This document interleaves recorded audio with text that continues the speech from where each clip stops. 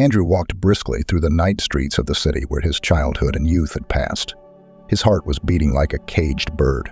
Multicolored blotches flashed before his eyes, and his breath hitched, though he hardly felt. He wanted to be away from the restaurant sooner, where such a surprise awaited him. This trip was going to be a pleasant, easy one. A childhood friend, Kevin, had invited Andrew to the wedding. The man was surprised because he had long considered his friend a hardened bachelor. But then the wedding came up. Andrew was curious to see the woman who had managed to win over his freedom-loving friend. He was looking forward to seeing old friends, seeing his hometown, and reminiscing about the past. Of course, Andrew could not miss such an occasion. After all, it was a bright and warm event in a series of gray, everyday life. The man even took an unscheduled week's vacation at work to be in his former company. Andrew was a more than successful man, but he's had a hard time making it work. He lives and works in Moscow, managed to escape from the provincial town where he actually rushed to. But few people know that Andrew works on a rank-and-file position in not the most prosperous company, and every day spends at least 4 hours on the road to work and back. Because he lives far from the office, almost on the outskirts of the capital, in not the most prestigious neighborhood. His cramped two-bedroom has long been in need of repair, but Andrew does not want to get involved in this epic. Why? He's fine as he is. Lives alone, only sleeps at home. What single bachelor needs all this beauty? And he's not ready to spend a lot of money on repairs. His salary does not allow him to live in luxury and allow himself to excesses. Personal life does not add up either. There are, of course, temporary romances, but it's not serious. Andrew mainly attracts ladies who need a place to live. At his expense, they can save on rent until they get settled in Moscow. Andrew sees perfectly well the intentions of such women. Looks, words, actions, all this gives away their true goals. Unpleasant, of course, but probably by the age of 35, it's time to realize that perfect, pure love may not exist. Everyone in a relationship is pursuing their own interests. When you were young, it seemed that one day the perfect girl would meet on your way. Beautiful, loving, intelligent, sincere, household and caring, but at the same time self-sufficient and able to occupy yourself when you go out with friends. One who will adore her spouse and be his or her rock-solid support. With such smiling beauty, Andrew dreamed of building a family and living happily ever after. Remembering his dreams, Andrew was amazed at his naivety. There are no fairy tale women or perfect relationships, as indeed in situations when everything in life perfectly suits. This realization came with time, in worse, as appointments awaited him at every step. In work, personal life, everyday life. How many hopes and plans he had for New York. In his youth, it seemed that it was enough just to leave his hometown, and life will shine with bright colors. Beautiful girls, great opportunities, lucrative job offers, fun parties, new friends. In fact, everything turned out differently. A small two-bedroom on the outskirts, in an old house, far from civilization. And for this modest apartment, Andrew is not yet fully paid off. Relatives helped with the first installment, which in his hometown could be used to buy a spacious home and make a luxurious renovation. But in New York, it was only a fraction of the cost of an old apartment on the top floor of a house without an elevator. Nevertheless, at the beginning of his journey to the capital, Andrew was full of hope and felt happy to have finally broken free. It was breaking free. That's how he felt, believing that everything would work out properly now. Freedom strengthened the prospects that were opening up, making his head spin. Andrew was glad that he had managed to end his past life. It seemed to him that it was a prerequisite for starting a new life, like a rebirth. Andrew left his mother, grandparents, friends, and Alex behind in his hometown. His relationship with her was beginning to take a turn for the overly serious. The girl, Andrew, of course, good, pretty, modest, caring, but the strength of her feelings frightened the guy. And anyway, how many such years he still has ahead of him? Not to take her with him to New York. In the end, Andrew quickly found a job. There were indeed many offers, but they were not as tempting as the guy imagined at home. Igor, however, was not discouraged. He needed money to live and pay the mortgage. In addition, it is necessary to gain experience somewhere, because everything is still ahead, except that more than 10 years have passed and nothing has changed dramatically. Andrew was still working in low-paid jobs. To climb the career ladder, you need connections or great brains, well as incredible efficiency, love of work, passion for the cause. Igor had none of these things. He served working hours in the office as a duty, received at the end of the month a salary, most of which was given to mandatory payments. Rent, loans, mortgages. The rest of it he pulled until the next paycheck. Andrew always liked beautiful girls, bright as stars with long, slender legs, shining huge eyes, self-confident, witty, ambitious. There were certainly plenty of them in New York, but Andrew was not attracted to them at all.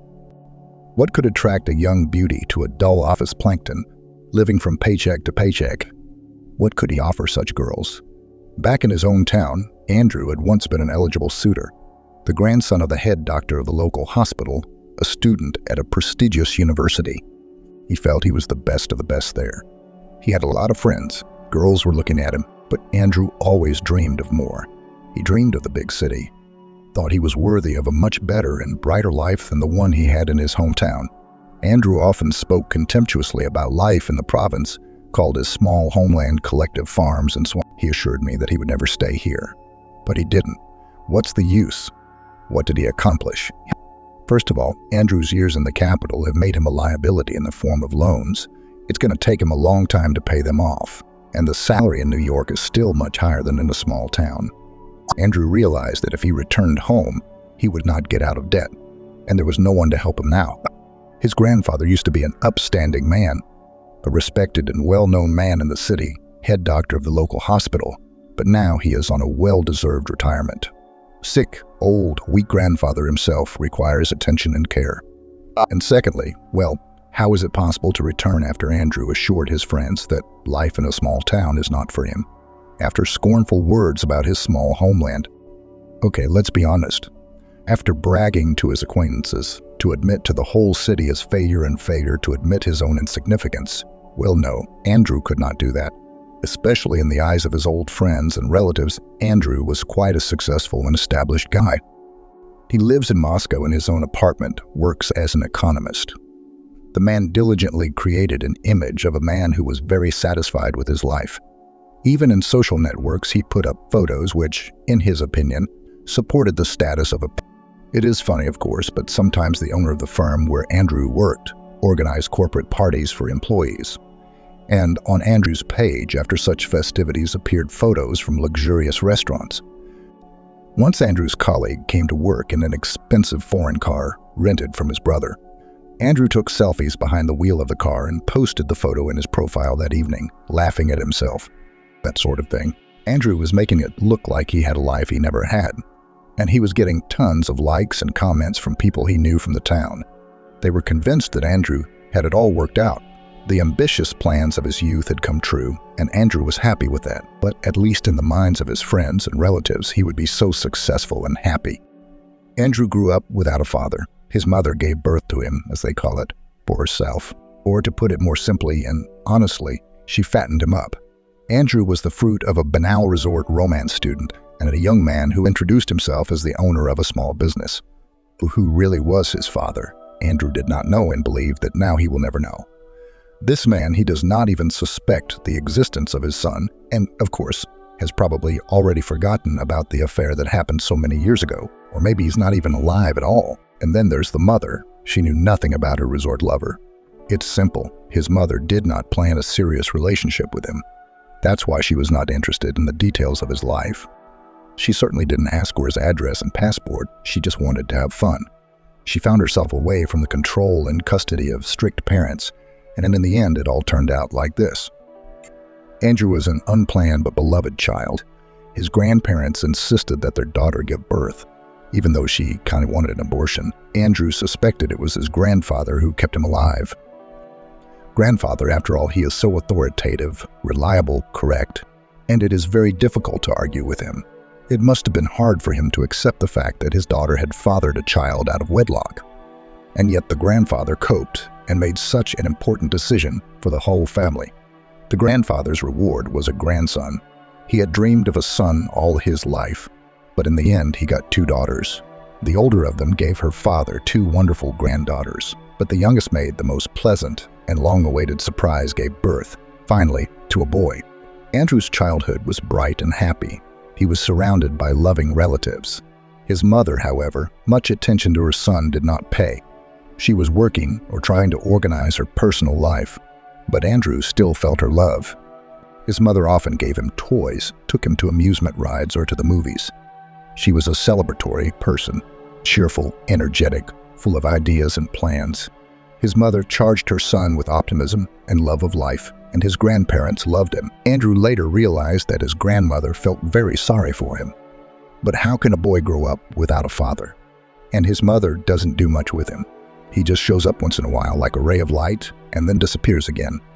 That's why grandmother tried to compensate for the lack of parental warmth and cooked for him delicious dishes, and read bedtime stories to him, and walked with her grandson for hours around the city, patiently going around all the playgrounds with him. Grandma's warmth, unconditional love, and complete acceptance. No matter what Andrew did, she was always at his side, even if her favorite grandchild was at fault. If Andrew was involved in a fight, grandmother unconditionally considered the other party missing bully who dared to hurt a good boy. If the grandson got a D, grandma turned on the teacher with her prejudice.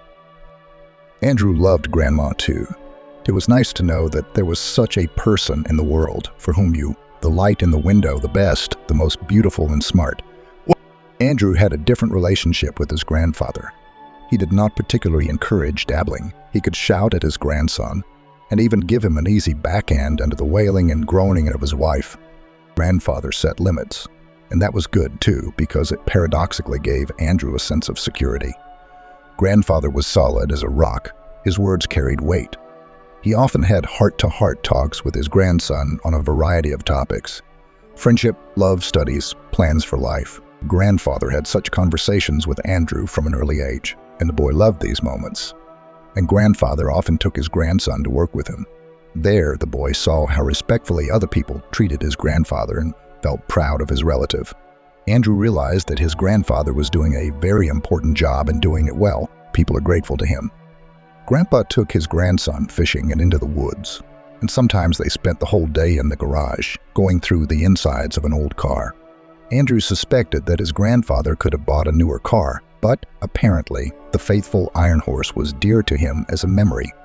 The older relative tried to compensate Andrew for his father's lack of attention as best he could, and he did it well. Andrew adored his grandfather and as a child dreamed of being like him. When Andrew was about 6 years old, he first saw a famous rock band on TV, and the boy was so mesmerized by the spectacle that he did not even hear his grandmother calling him to lunch. From then on, the boy never parted with a plastic shovel. He held it in the manner of a guitar and sang, and danced just like the guys on TV. The adults laughed and clapped their hands. They were sure Andrew would outgrow his hobby. He didn't. At first, the boy just listened to rock songs. Then he started singing along. The grandmother was the first to notice that her grandson has an ear and voice and took him to music school. Within these walls, Andrew was disappointed, because he had imagined everything quite differently. He thought the school had a stage and men in jeans with guitars.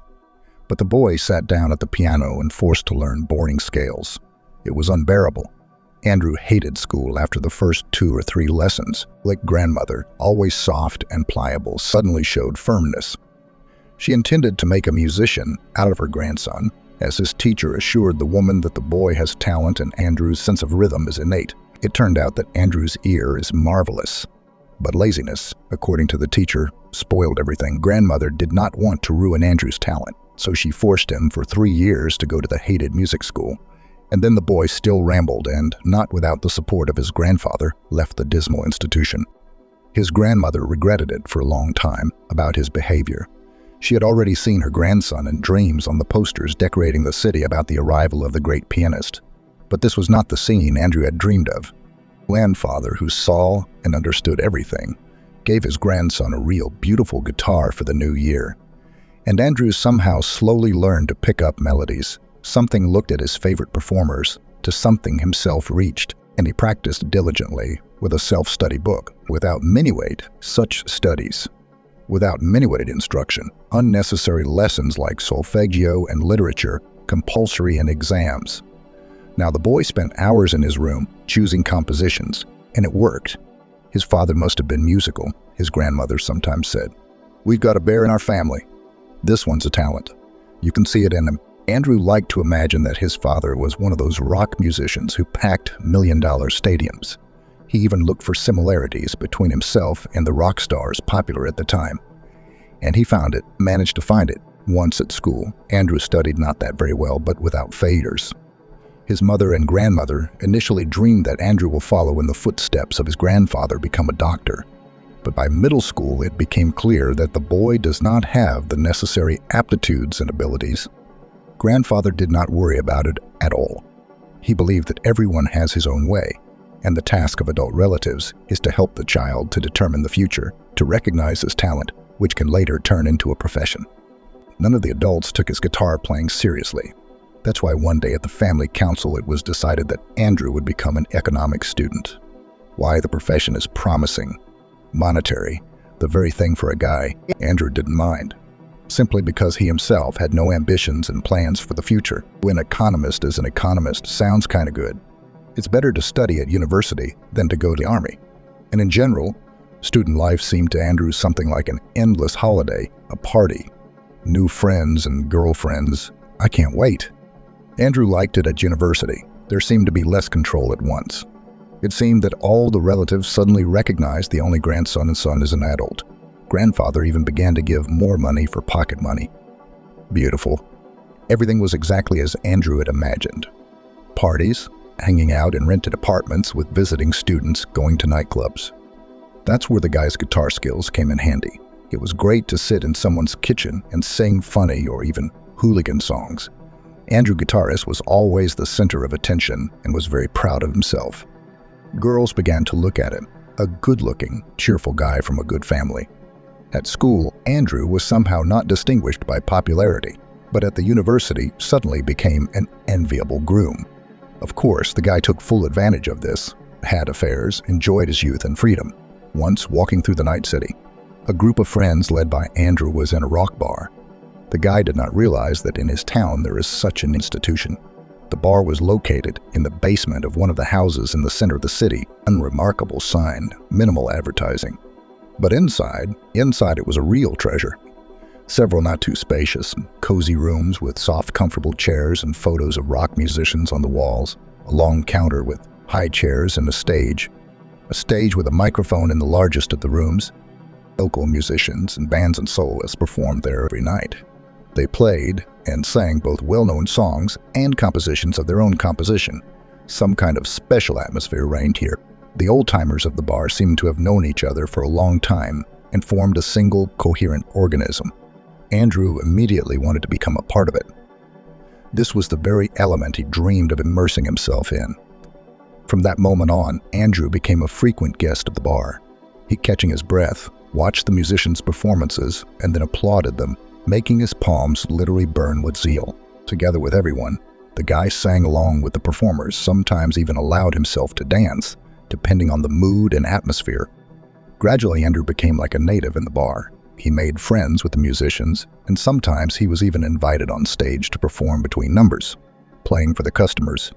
Andrew felt a back wave of energy from the audience. He liked it incredibly much. The guy aspired to become part of some musical group. After all, by this time, he had already had time to get acquainted with a considerable number of local performers. Performing concerts as part of a rock band had been his dream since childhood.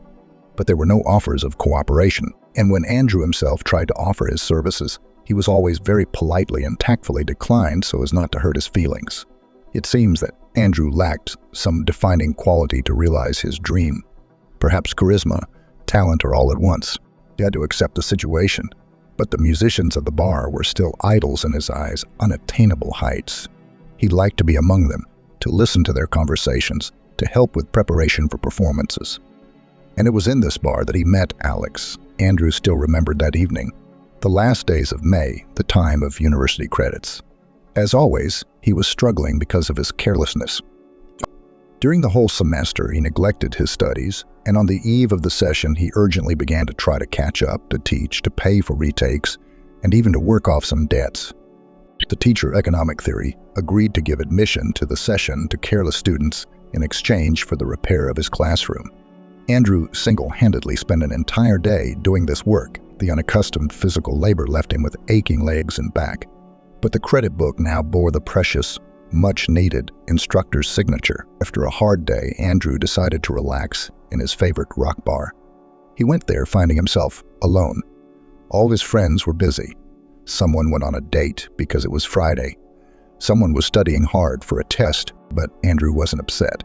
He had a lot of acquaintances at the rock bar, so he wouldn't be bored. No sooner had Andrew crossed the threshold than he was greeted by Ben, a familiar regular.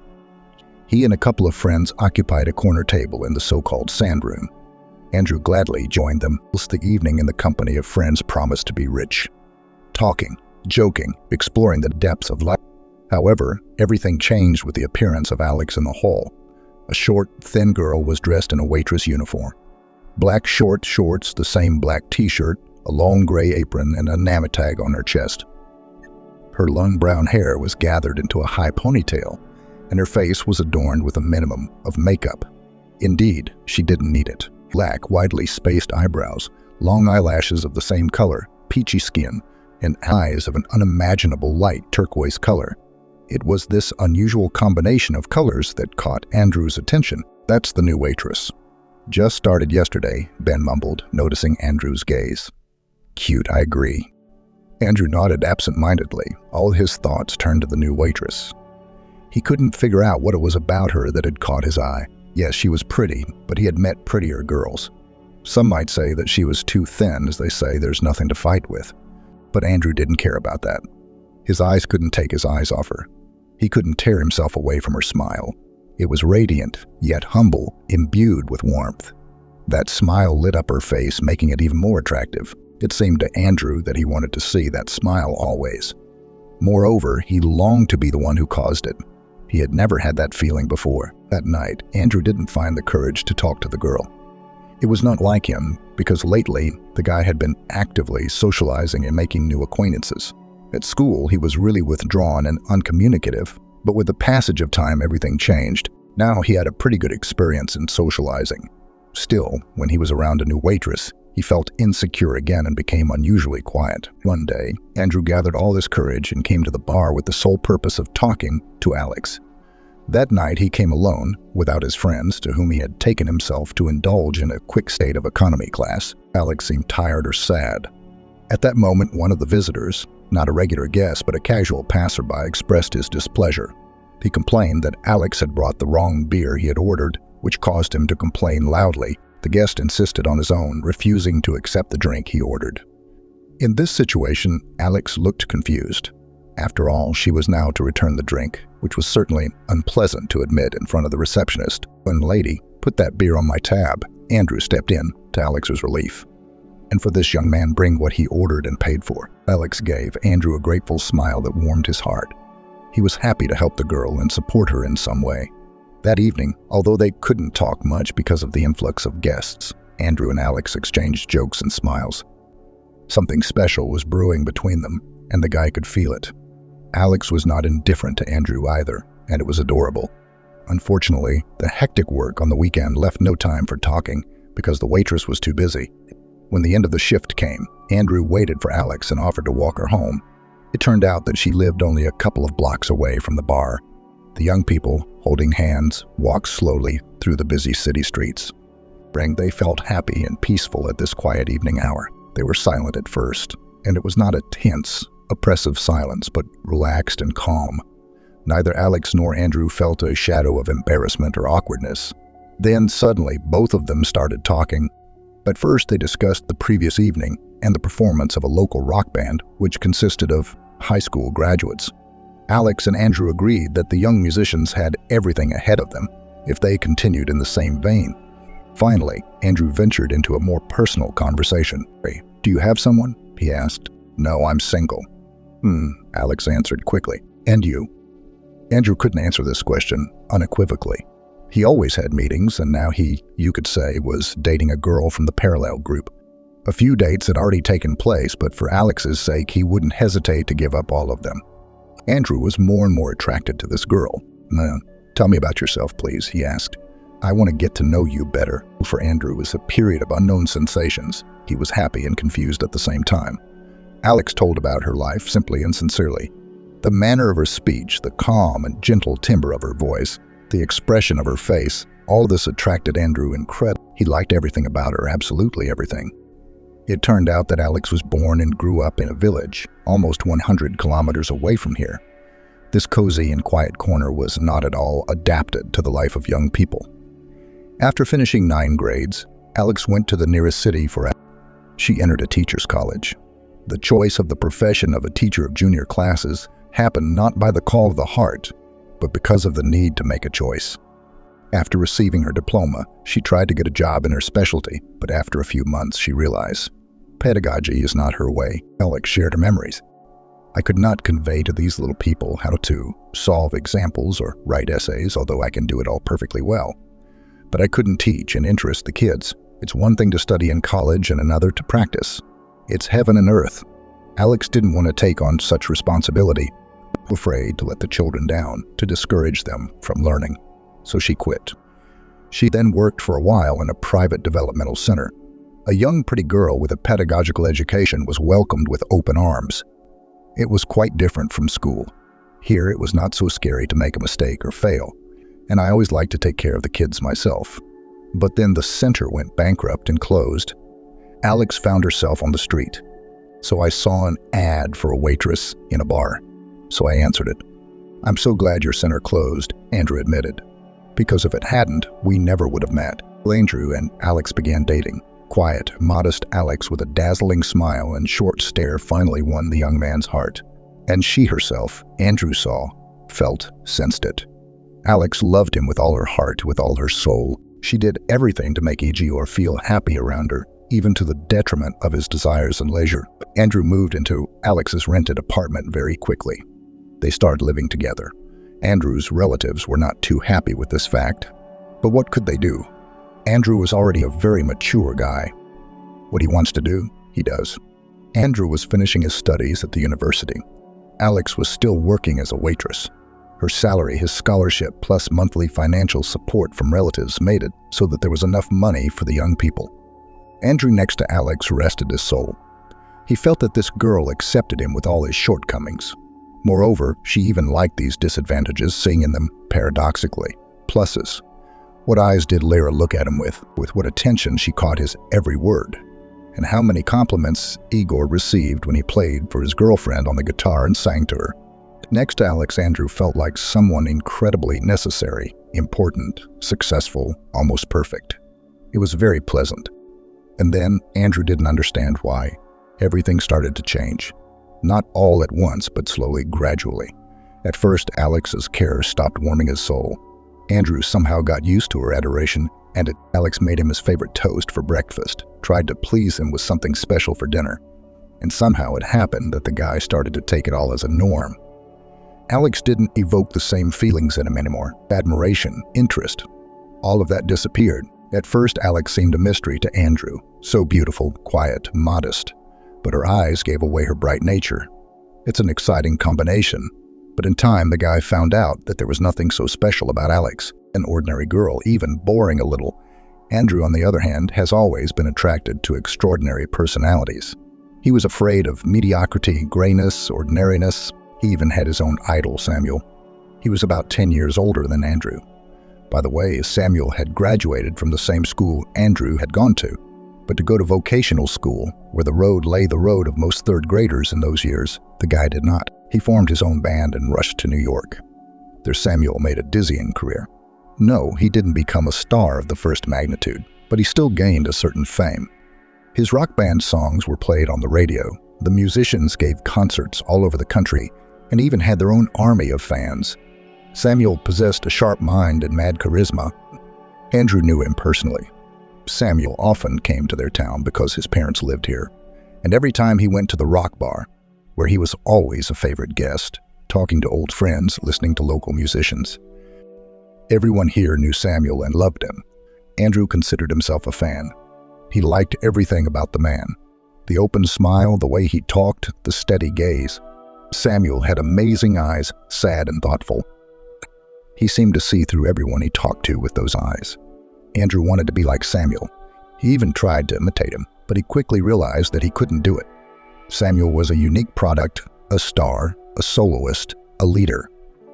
That night, Andrew went into the bar where Alex worked to meet some friends and listen to a new rock band. According to the stories of acquaintances, the newcomers showed great promise. The evening went on as usual, and close to midnight, Andrew felt some excitement in the... When he turned around, he saw them, Samuel and his buddies. Samuel was heading to his favorite table, nodding politely to his acquaintances. Andrew rejoiced. What luck! It looked like there would be no boredom today. Samuel was a man of celebration. Andrew decided that he would talk to Samuel today, secretly. In the back of his mind, Andrew still cherished the hope that one day Samuel would help him with his career, introduce him to the right people, and maybe even invite him to his band, at least as a backup, not as a core member. Samuel was living the life Andrew dreamed of. Touring, performing, rehearsing, partying, socializing with interesting people, beautiful girls, and, most importantly, the stage. Samuel literally gathered stadiums, excited crowds of people. Thousands of throats were singing along to him, and all eyes were fixed on him admiringly. If that's not happiness, what is? As Andrew finished his final year of university, it was as if he realized that he was no rock musician, that it might be too late to start. But every meeting with Samuel awakened his dream, gave him food for thought and a tiny ray of hope. Samuel was a risk-taker. After high school, he didn't continue his studies, but risked everything to pursue a career in music. And he'd been successful. Andrew sometimes wished he had been brave enough to take such a step. When Alex was serving Samuel's table, she smiled at him just like all the other customers. But Andrew's eyes were now fixed on his idol, full of hesitation and unspoken aspirations. He looked at her and occasionally said a word or two to the girl. Andrew didn't hear these phrases, but judging by the expression on Alex's face, it was something pleasant. Andrew, to his surprise, suddenly realized that he didn't like seeing his girlfriend chatting nicely with Samuel, and this was clearly not about jealousy. Andrew realized that Samuel was surrounded by beauties of all sorts, ready to do anything for him. Why would he want a country girl, Alex? Yes, he did. Now that Andrew had lived with her for a few months, he could see that. There was nothing special about her looks. The guy himself didn't understand why he was attracted to her. Andrew was uncomfortable with the fact that he was not the one chatting sweetly with the star. He had to wait patiently for a convenient moment, while Alex was calmly talking to Samuel right now and doing it so casually and naturally, as if she didn't realize who was in front of her. Or maybe she really didn't. A few more hours passed. Andrew decided that it was time to talk to his idol and headed to his table. At the same moment, Alex rushed to Samuel with an order, and this collision inevitably happened to Andrew. No, Alex held the beer glasses. Nothing even spilled out of them. The girl's good reaction saved the situation, but Andrew still couldn't resist an irritated remark. An elephant in a china shop. This expression flew out of his mouth automatically, the same words his mother used to bail him out with when he dropped or broke something. Alex was embarrassed. She was uncomfortable that Andrew was emphasizing the attention of those present on her blunder. If it weren't for his caustic remarks, perhaps no one would have noticed anything. Well, why would you do that? Samuel intervened, smiling encouragingly at Alex. What kind of elephant is it? It's a very sweet and fragile young lady. Andrew looked angrily at Alex. After these words of Samuel, she suddenly became even more annoyed with him. The girl, sensing this, backed off. The rest of the evening went great. Andrew had a great time in the company of Samuel and his buddies. It was interesting to listen to their stories about their turbulent youth and concerts in the capital. What a lot of trouble they got into in their time. You could make a whole movie. Andrew liked to feel himself a part of this company, even if only for one evening. These people lived bright, loud, and laughed heartily. Alex's shift was over. She walked over to Andrew, calling him home. Usually they always came back from the bar together. He just waved her off. He couldn't be bothered with her right now. Is that your girlfriend? Samuel asked her. More like an admirer, Andrew said, not caring a bit about Alex's feelings. She was standing right next to him, and she'd heard everything. But the guy didn't care about that. He didn't want Sokolovsky to find out that Andrew was in a serious relationship with a waitress. You're lucky. I wish I had a groupie like you, Samuel said, winking at Alex. She smiled sadly and went to the staff room to change. She was already very tired and wanted to get home as soon as possible. Andrew showed up at the apartment where he had been living with Alex for months. Early in the morning, he thought that Alex would give him a scandal, or at least demand an explanation. He behaved with her very ugly. He called her an elephant and didn't admit to others that she was his girlfriend. But Alex herself looked guilty. She didn't say a word to Andrew. And then, when he spoke up, she acted like nothing had happened. She looked at the guy with the same love, tenderness as before, and cared for him the same way. Alex's admiration and attention, which before were perceived as a gift of fate, now irritated and seemed to be the girl's advantages recently turned into her disadvantages. Care into obsession, unnatural beauty into rustic simplicity, modesty into stiffness. And yet Andrew was in no hurry to part with Alex. He was comfortable with her. Alex provided him with lodging, cooked delicious meals, even ironed his shirts. And at the same time, she didn't control every step of the guy as his relatives did, for example. She didn't demand reports, didn't limit him, didn't blow his brains out with talk about the future. With her, Andrew lived much freer than in his native house with his grandmother, grandfather, and mother. But Andrew dreamed of more. He saw himself as a successful, established guy, next to whom a bright girl with a model appearance, not Alex from the village. The guy was looking forward to graduating from university to finally move to a big city and start a new life in the future. He didn't see Alex around him. She was just a way station for him, nothing more. But Andrew's plans were almost ruined by a ridiculous accident. "We need to have a serious talk." These were the words Alex once met Andrew from the university. He had just sat through 5 consecutive classes. Accordingly, he had neither strength nor desire to communicate with the girl. Okay, Andrew sighed. He realized that he had no way out. I'm expecting a baby, Alex bribed with a look. She was obviously feeling very embarrassed. Andrew felt like he'd been doused with a bucket of cold water. Messes. What do you mean? I don't understand. What's there to understand? It's simple. I'm expecting a baby. Are you sure about that? Andrew asked with hope in his voice. I can't be more certain. That's a twist. What about New York? What about Andrew's plans and dreams? Now it was all over.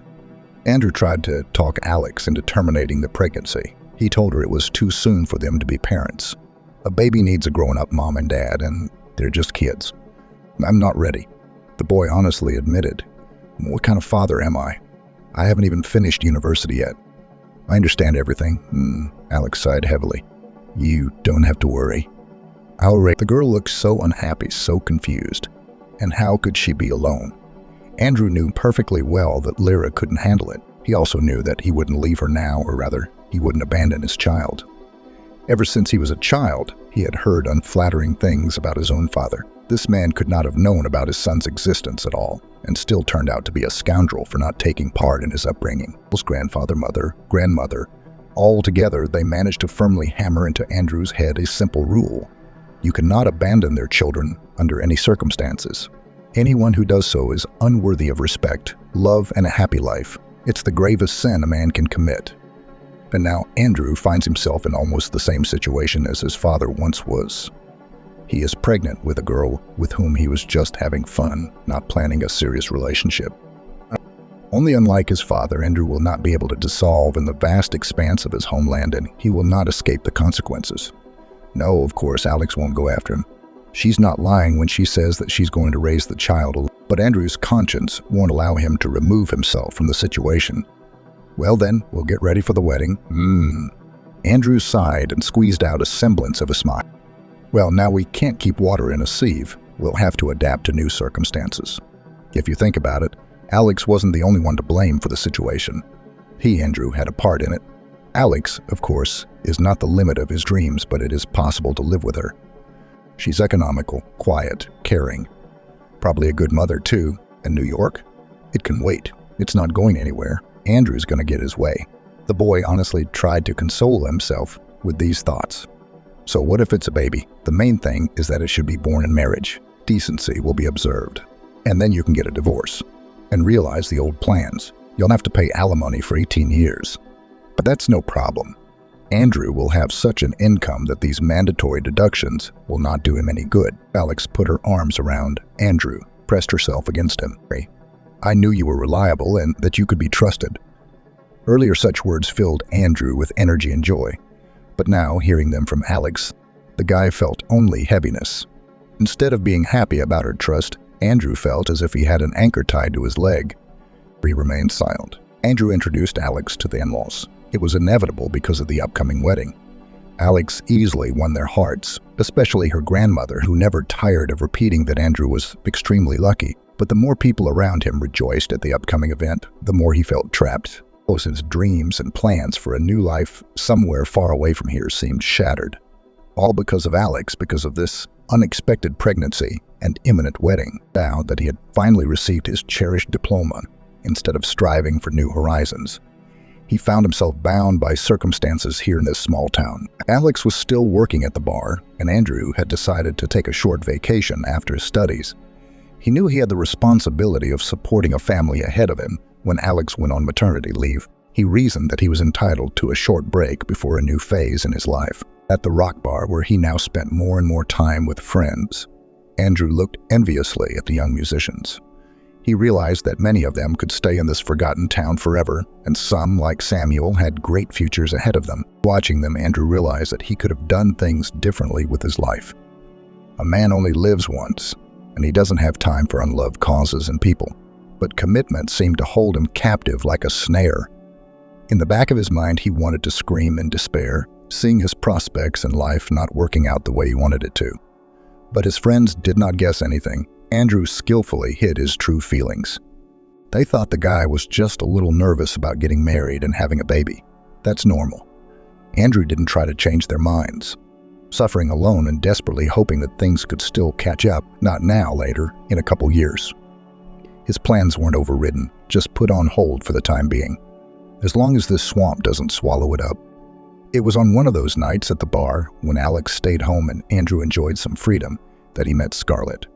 Tall, dazzlingly beautiful, long hair falling in waves down to her waist, tight jeans revealing her flat stomach. She showed up surrounded by her girlfriends.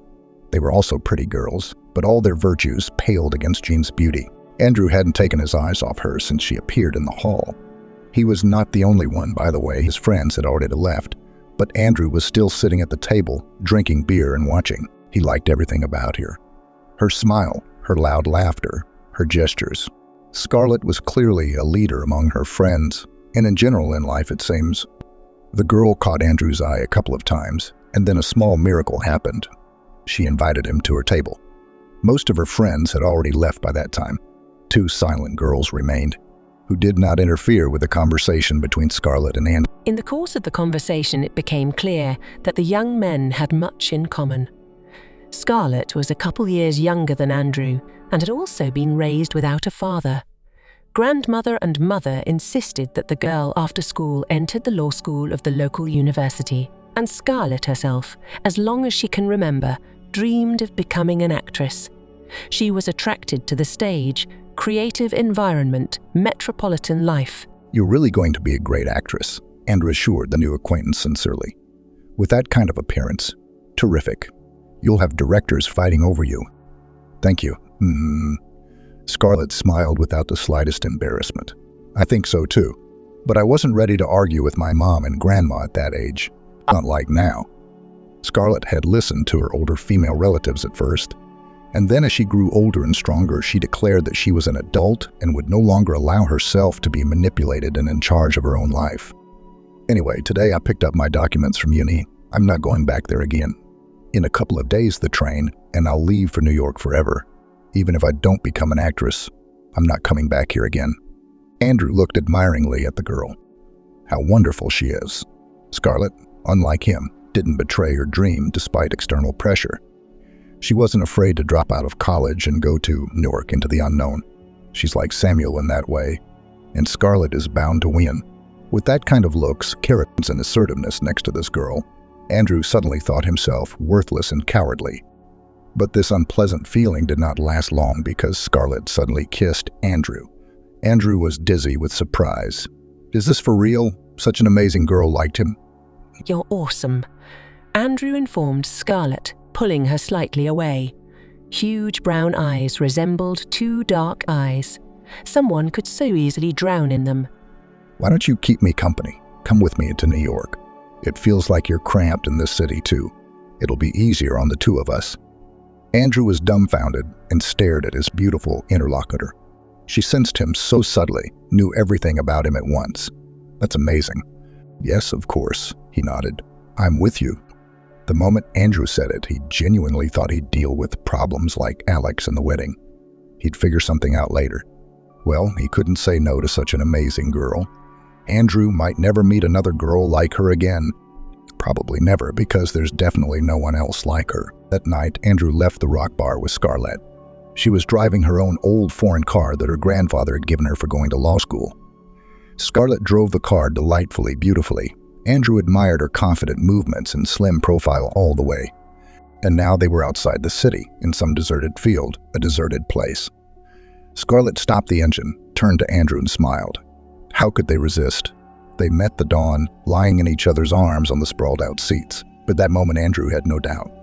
He would break up with Alex. He wouldn't give up the baby, of course, but there would definitely be no wedding. Telling Alex the truth wasn't easy at all, but Andrew wasn't going to cheat either. Why is that? He's not doing anything wrong. He met someone else, fell in love. That's just the way it happens. Andrew isn't Alex's property. He's a free man who's free to do with his life as he pleases. But Alex looked at Andrew with eyes that held hope, adoration, love, and tenderness.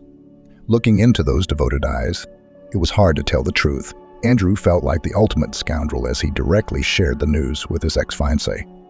Alex, it's like she passed away, as if Andrew's words had caused her physical pain. Tears came to her eyes. Are you in a hurry? You don't know this Scarlett at all, do you? Beautiful girl, you're young. I can understand it all. A fling. But why take it out on me? If you want New York so badly, let's go together. There's nothing keeping me here anyway. Andrew felt anger boiling up inside him. That woman doesn't understand anything at all. He wants to go to New York to start a new life, the one he's dreamed of for so long. Maybe even make it as a rock musician. If it doesn't work out, he'll work in his newly acquired specialty. New York is a city of opportunity. No way he wouldn't have the load of an obsessive Alex, and he certainly didn't need a baby there. Alex cried, begged, apologized. Andrew never realized why. The guy was angry, insulted the girl, trying to hurt her. He realized that he was being cruel to Alex, but angry words were his way to break the connection with the annoying girl, to turn her away from himself. And so, Andrew found himself on a new round of his life adventures, leaving the familiar world, hopes and perhaps illusions for the dream of a future which he imagined much brighter and more intense. At the same time, his actions and decisions were not exempt from the guilt and burden of responsibility he felt toward the child. Andrew tried to convince himself that his decision was not an escape, but a step toward finding himself, toward being able to live the life he chose for himself, not the one chosen for him. However, the road to self-discovery and self-realization is rarely easy and cloudless.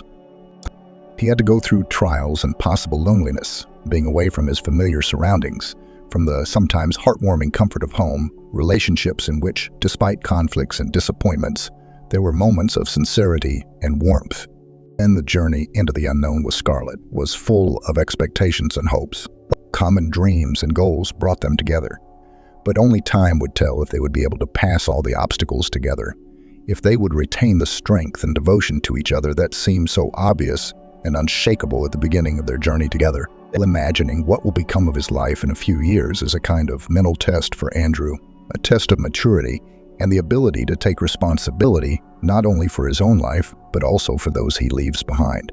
Perhaps there will always be a place in his heart of regret for the path he has chosen, and at the same time, pride in the courage to live his own way. One of the most difficult questions Andrew finds himself facing is how to be a good long-distance father and how to stay connected to his child despite the circumstances. He envisions his future in the big city as a time of great opportunity, but also as a challenge in which he will have to learn how to combine personal aspirations with caring for his loved ones.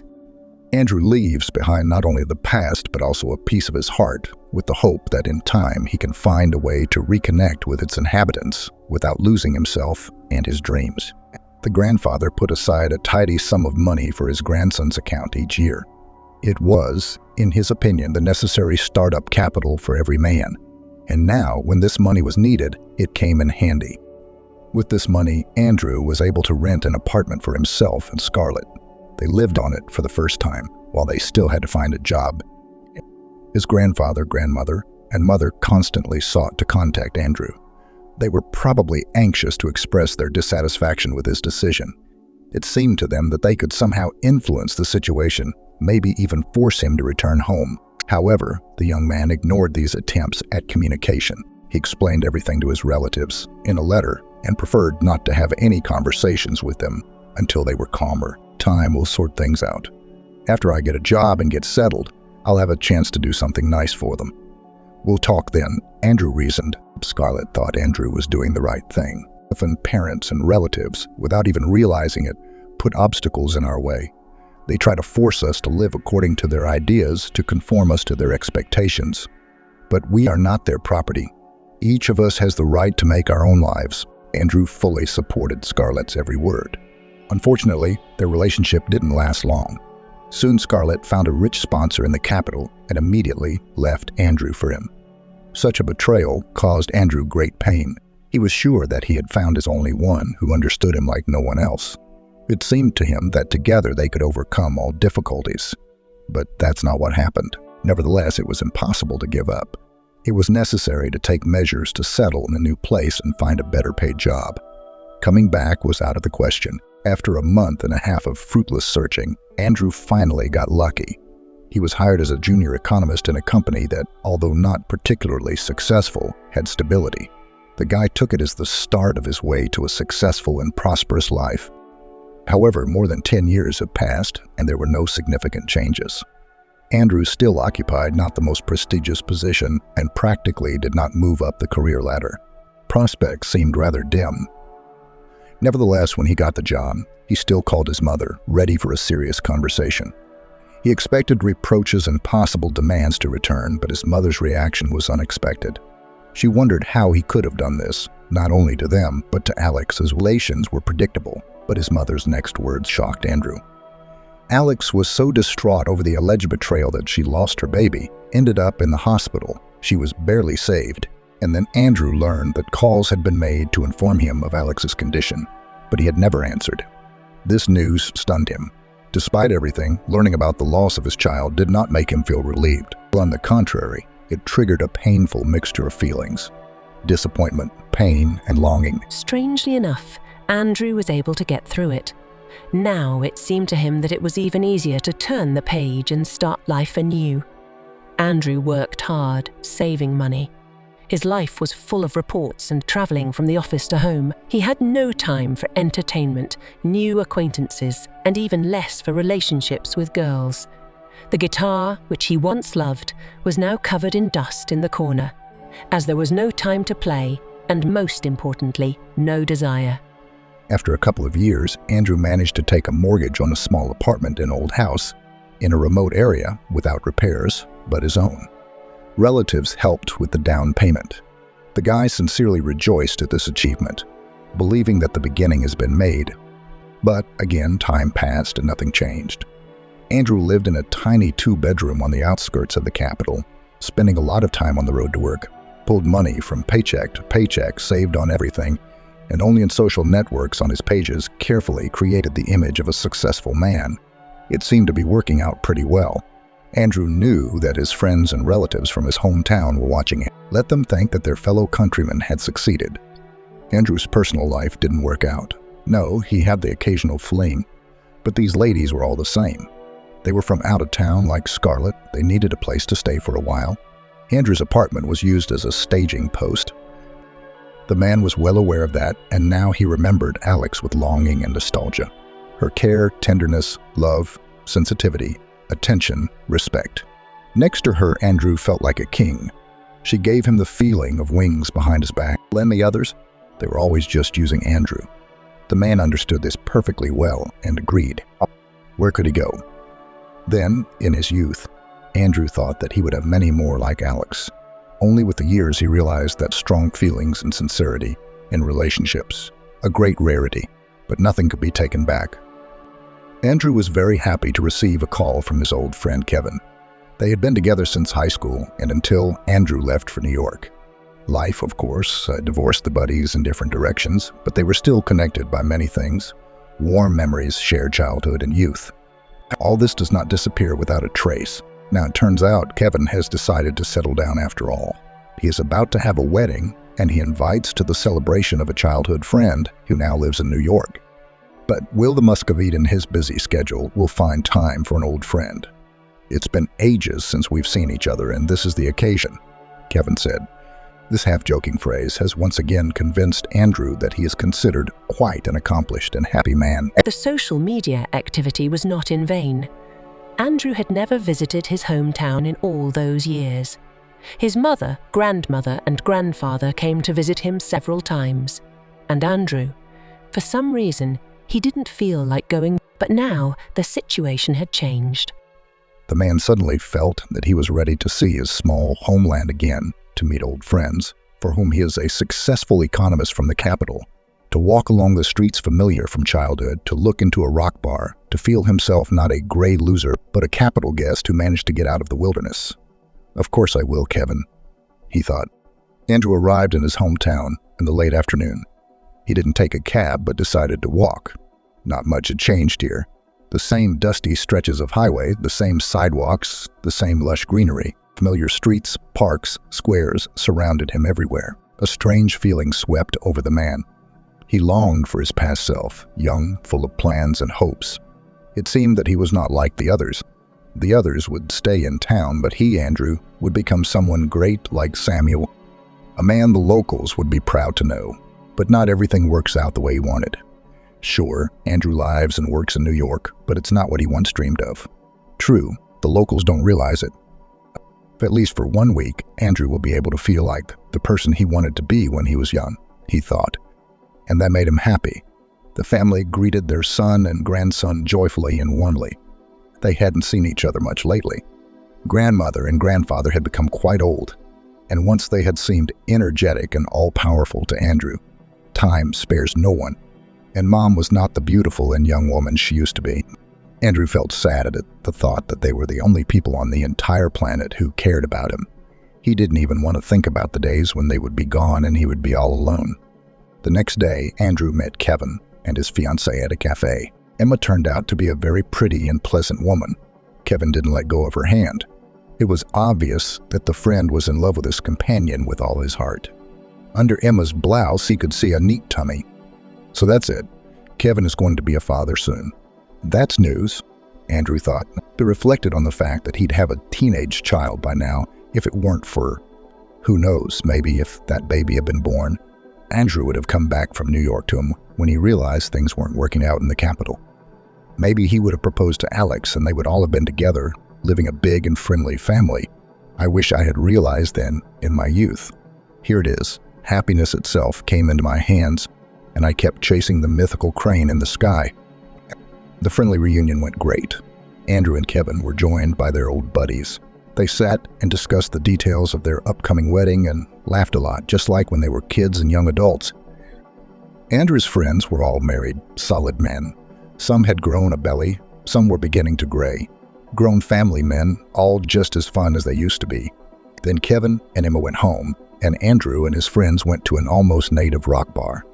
Here, to the man's relief, almost nothing had changed either. The buddies came in here periodically. They still remained their own here, which was very warming to the soul. Andrew diligently played the role of a successful Muscovite, treating his buddies to a beer and telling them about his life.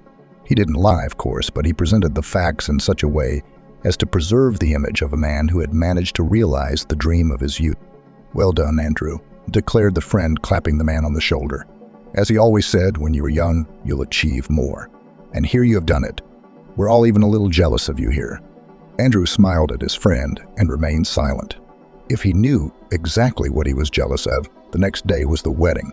Andrew arrived at the appointed time. A crowd of dressed-up guests, the newlyweds' adult relatives, and their friends all gathered together. Andrew was even at first confused by such an abundance of strangers. Then his friends called him. All of them came to the party with their other halves. Family, serious people. They all had kids, jobs, apartments, cars, looking at his old friends, standing on the arm with their wives. Andrew once again felt that his life was passing aimlessly. Solemn registration, obligatory promenade with a photographer to the memorable places of the city. Champagne was flowing. The guests cheered, laughed, showered the newlyweds with compliments. Kevin and Emma really looked beautiful in love, happy. Then it was the restaurant's turn. Andrew had relaxed by then and was getting to know everyone he didn't know. The guests treated him warmly and friendly, asking about New York, talking respectfully about Andrew's career. Everything was exactly as he had imagined. In the restaurant, the dressed-up crowd was already waiting for the host of the evening, a cheerful, smiling guy. A new batch of guests had gathered on the porch. This is where Andrew got a surprise he couldn't have imagined. Among the crowd of newcomers, he saw Alex. At first, the man couldn't even believe his eyes. "I thought I was imagining things. But why would she be here in the first place?" Alex had changed, of course, during this time, but not so much that Andrew didn't recognize her. The same huge turquoise eyes, long, slightly wavy hair. Slender, touching, almost transparent.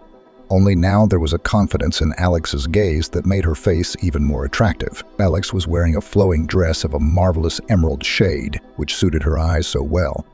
Her hair was beautifully pinned up in a way that revealed her beautiful face and spread over her graceful shoulders. She looked much younger than women her age and radiated warmth and energy.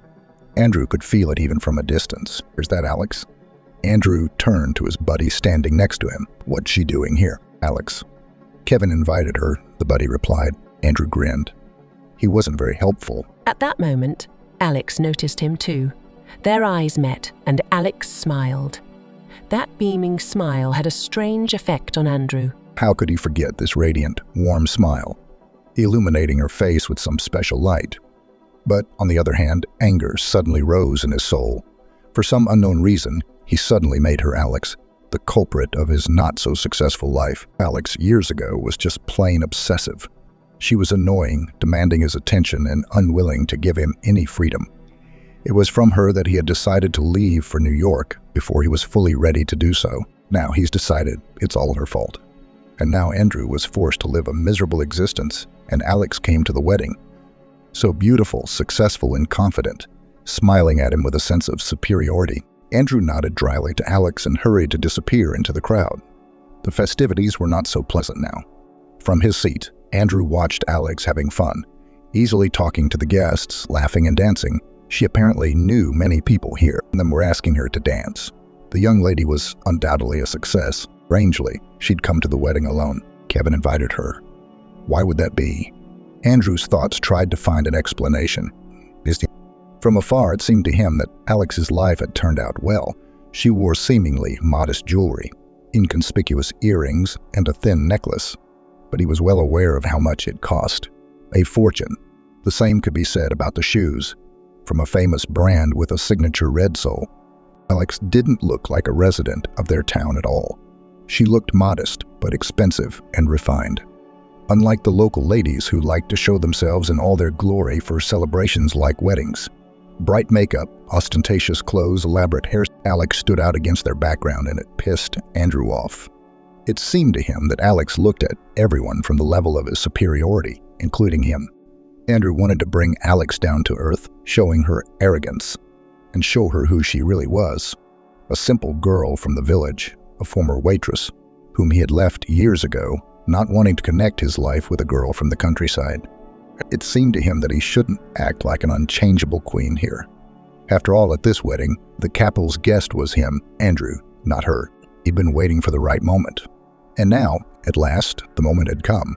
Alex took the tray and hurried to an elderly woman, apparently the bride's grandmother, who felt ill from the heat. Noticing this, Alex quickly went to the kitchen and returned with a tray with a carafe of cold water and a couple of glasses. Andrew hurried to meet his ex-fiancée, full of intentions to humiliate her. In his head, he had already formed a suitable phrase. Nay, hello. The past just wouldn't let go. Waitress reflexes in action. He was counting on those words to remind Alex of her past and who she really was. Alex looked up at Andrew with surprised eyes and seemed a little confused. And that was it. So much for the glossy exterior, Andrew thought. Alex hasn't changed a bit, and I still seem to be a huge influence on her. Just like before. Hello to you too, Alex said quietly, putting the tray in front of the old woman and stepping aside. Andrew, satisfied with himself, returned to his seat. He felt almost happy. Yes, he had managed to hurt Alex. Now she didn't look so arrogant and radiant in his eyes anymore, and that was great. Andrew decided to ask a young girl to dance, Emma's niece, I think. This girl had been sending him loving glances all evening, fascinated by the supposedly successful capital city guest. Andrew decided to capitalize on this impression and asked her to dance. She happily accepted. Andrew did it for Alex. Let her see how much fun he's having and how popular he is. Even the young beauties are throwing themselves around his neck. It seems that Andrew achieved the desired effect. Alex looked at him dancing with the young cousin of the bride, and there was sadness in her eyes. Perhaps she was jealous. Perhaps she still had feelings for Andrew. It was pleasant for Andrew to think so, but it wasn't enough for him. He wanted the people around him to laugh at Alex, though he couldn't understand why he wanted to do that. Perhaps by humiliating her, he felt more successful and important. Andrew secretly watched Alex, waiting for the right moment. And that moment came. Someone spilled champagne on the floor, and Alex, not noticing the puddle, slipped, waving her hands. Almost falling, she grabbed the column at the last moment, miraculously keeping her balance. Someone suppressed an exclamation. Someone grinned. And Andrew said aloud, "Man, well, you were an elephant in a china shop, and you still are."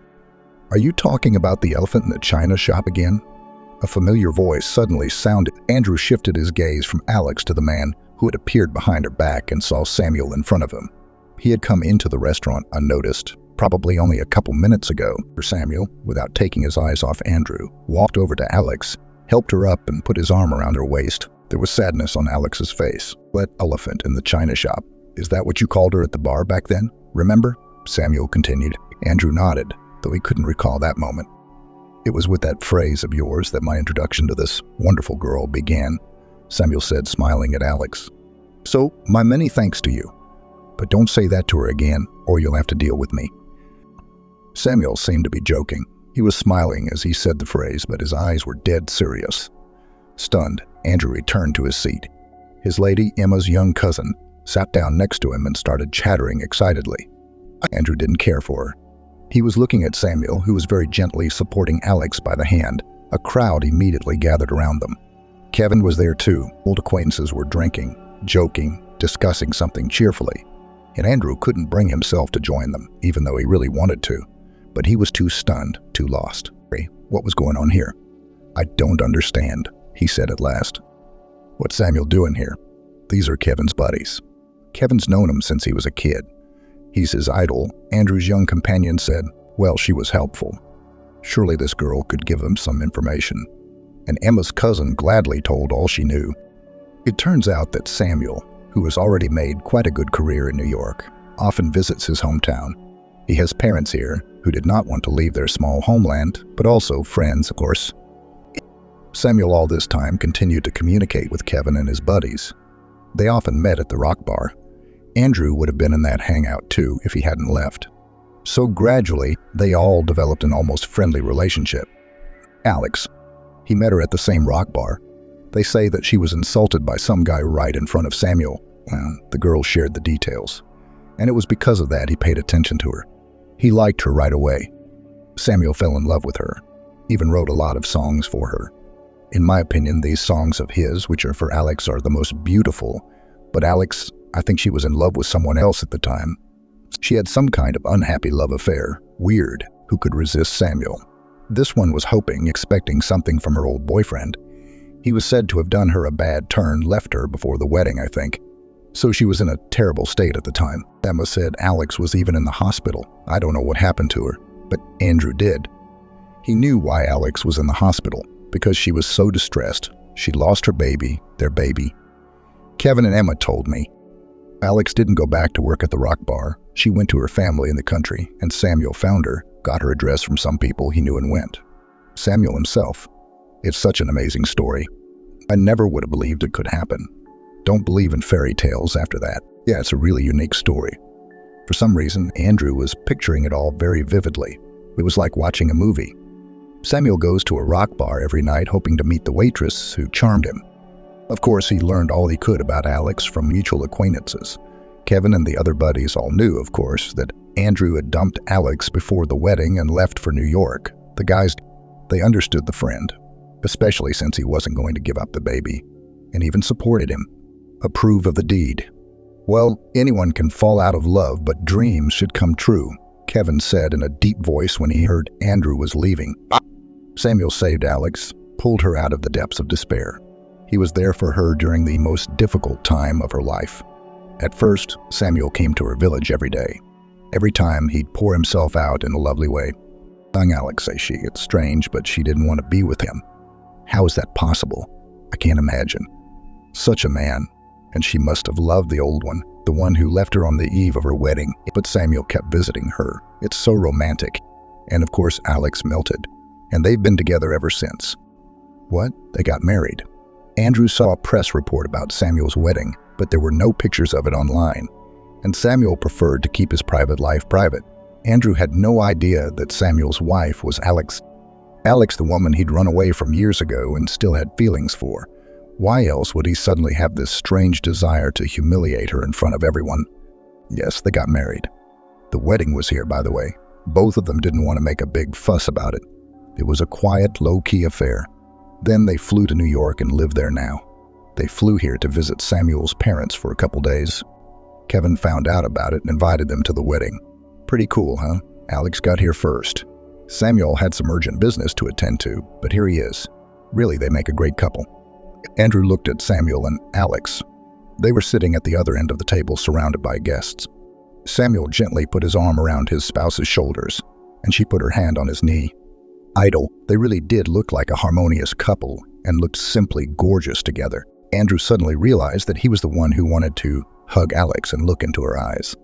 He was the one who wanted that woman's smile. He would never again meet someone who would love him so genuinely. Andrew had tried many times, but it was all wrong. He destroyed his happiness years ago with his own hands, and now his reality is he works for pennies, lives alone, no friends, no favorite woman by his side, no children. The man who was once his idol and whom Andrew still sincerely admires, Samuel, considers him a scoundrel. And rightly so, by the way. They have children. Andrew's companion, as if reading his thoughts, completed the picture of Alex's current happy life. She had no idea that Andrew was the cruel bridegroom who left his bride before the wedding. Otherwise, she would hardly have spoken to him in such a friendly manner. The boy and the girl are twins. I've even seen them. They're so cute, like the babies in the commercials. Andrew felt like a jerk. First, he wanted to make a splash with the people he knew, to come here as some sort of metropolitan visitor. Successful, more accomplished than his small-town friends. At least for a couple days, to feel like someone more important than he really was. And Alex. Wanting to humiliate her was pathetic and ridiculous too. She was doing so well in her life that his attempts to ruin her mood looked silly, to say the least. Andrew couldn't stand being here any longer. The very atmosphere was weighing on him. The sight of happy faces, familiar faces from the past, made him sick. It was not enough to start behaving inappropriately in front of everyone. Andrew felt that he was close to smashing a plate on the floor, smashing the wall with his fist in the end, or even worse, crying. He was cut short by a cloud of all sorts of emotions. Andrew realized he had to leave, silently, quickly, without saying goodbye to anyone. Samuel himself was here.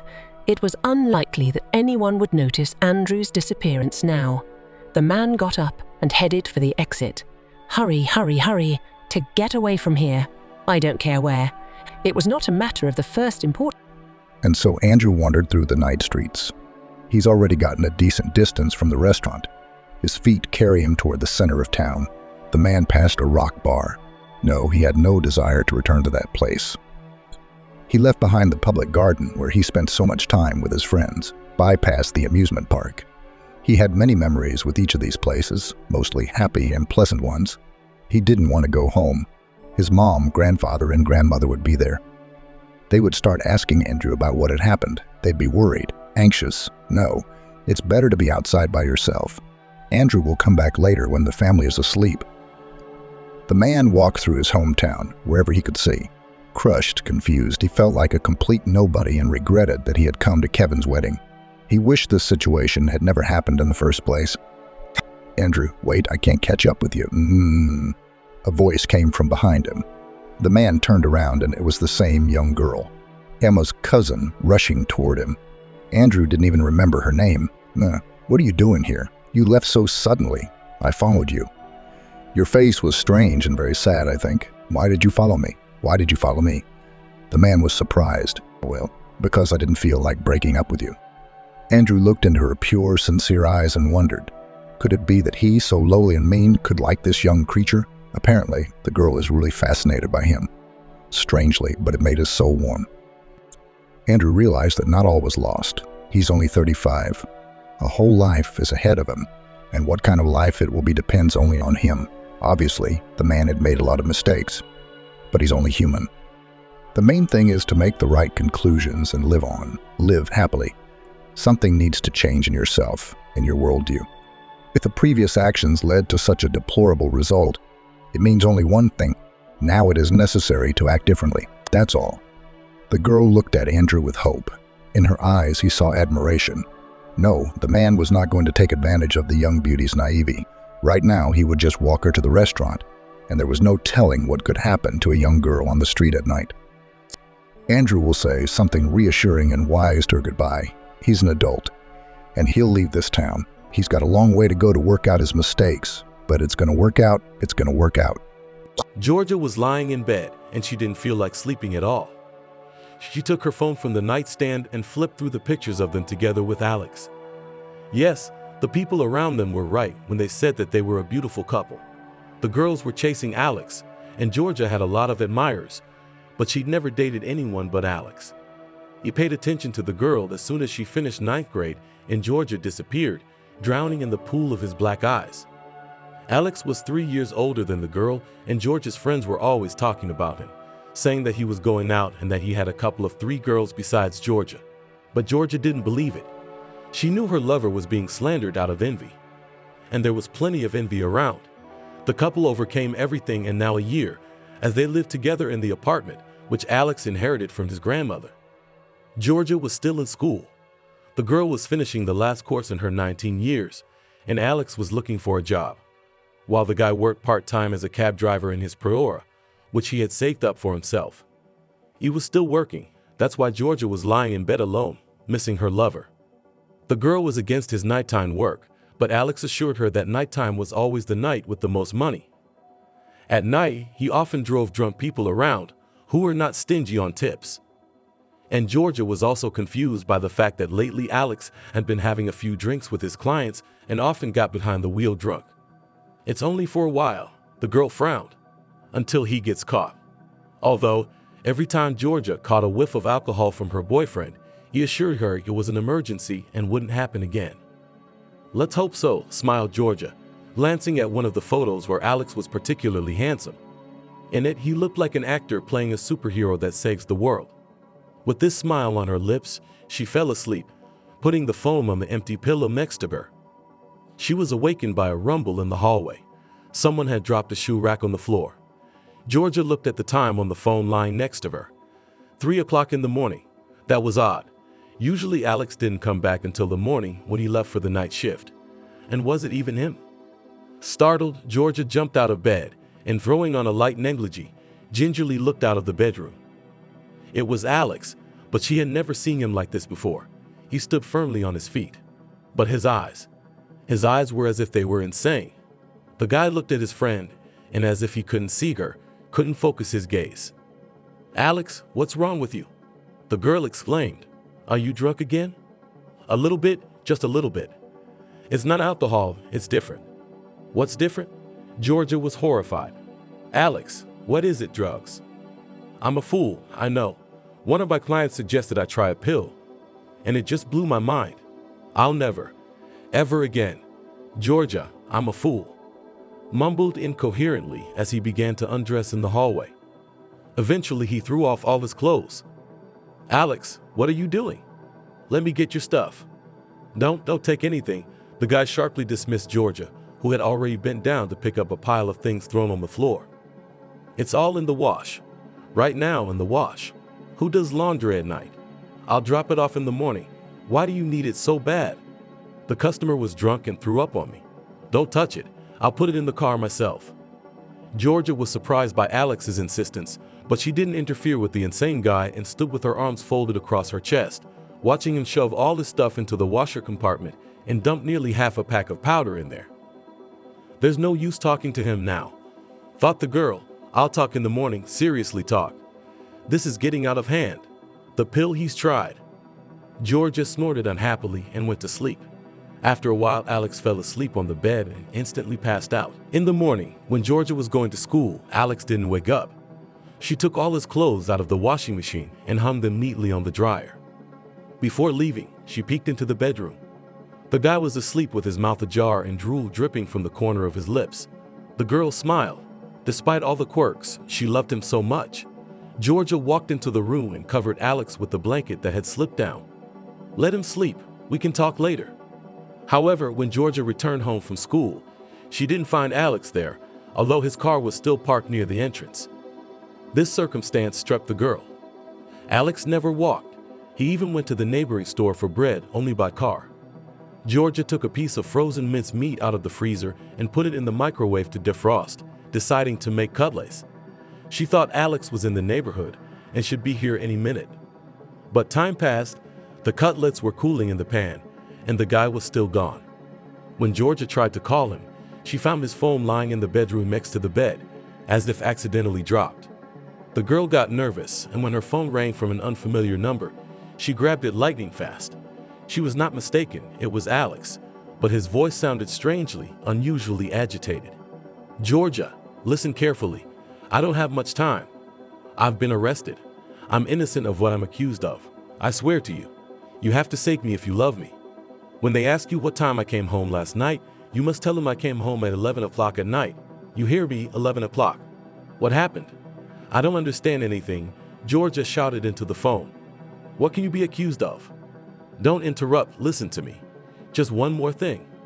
Find some clothes I've already worn and hang them on a chair in the bedroom.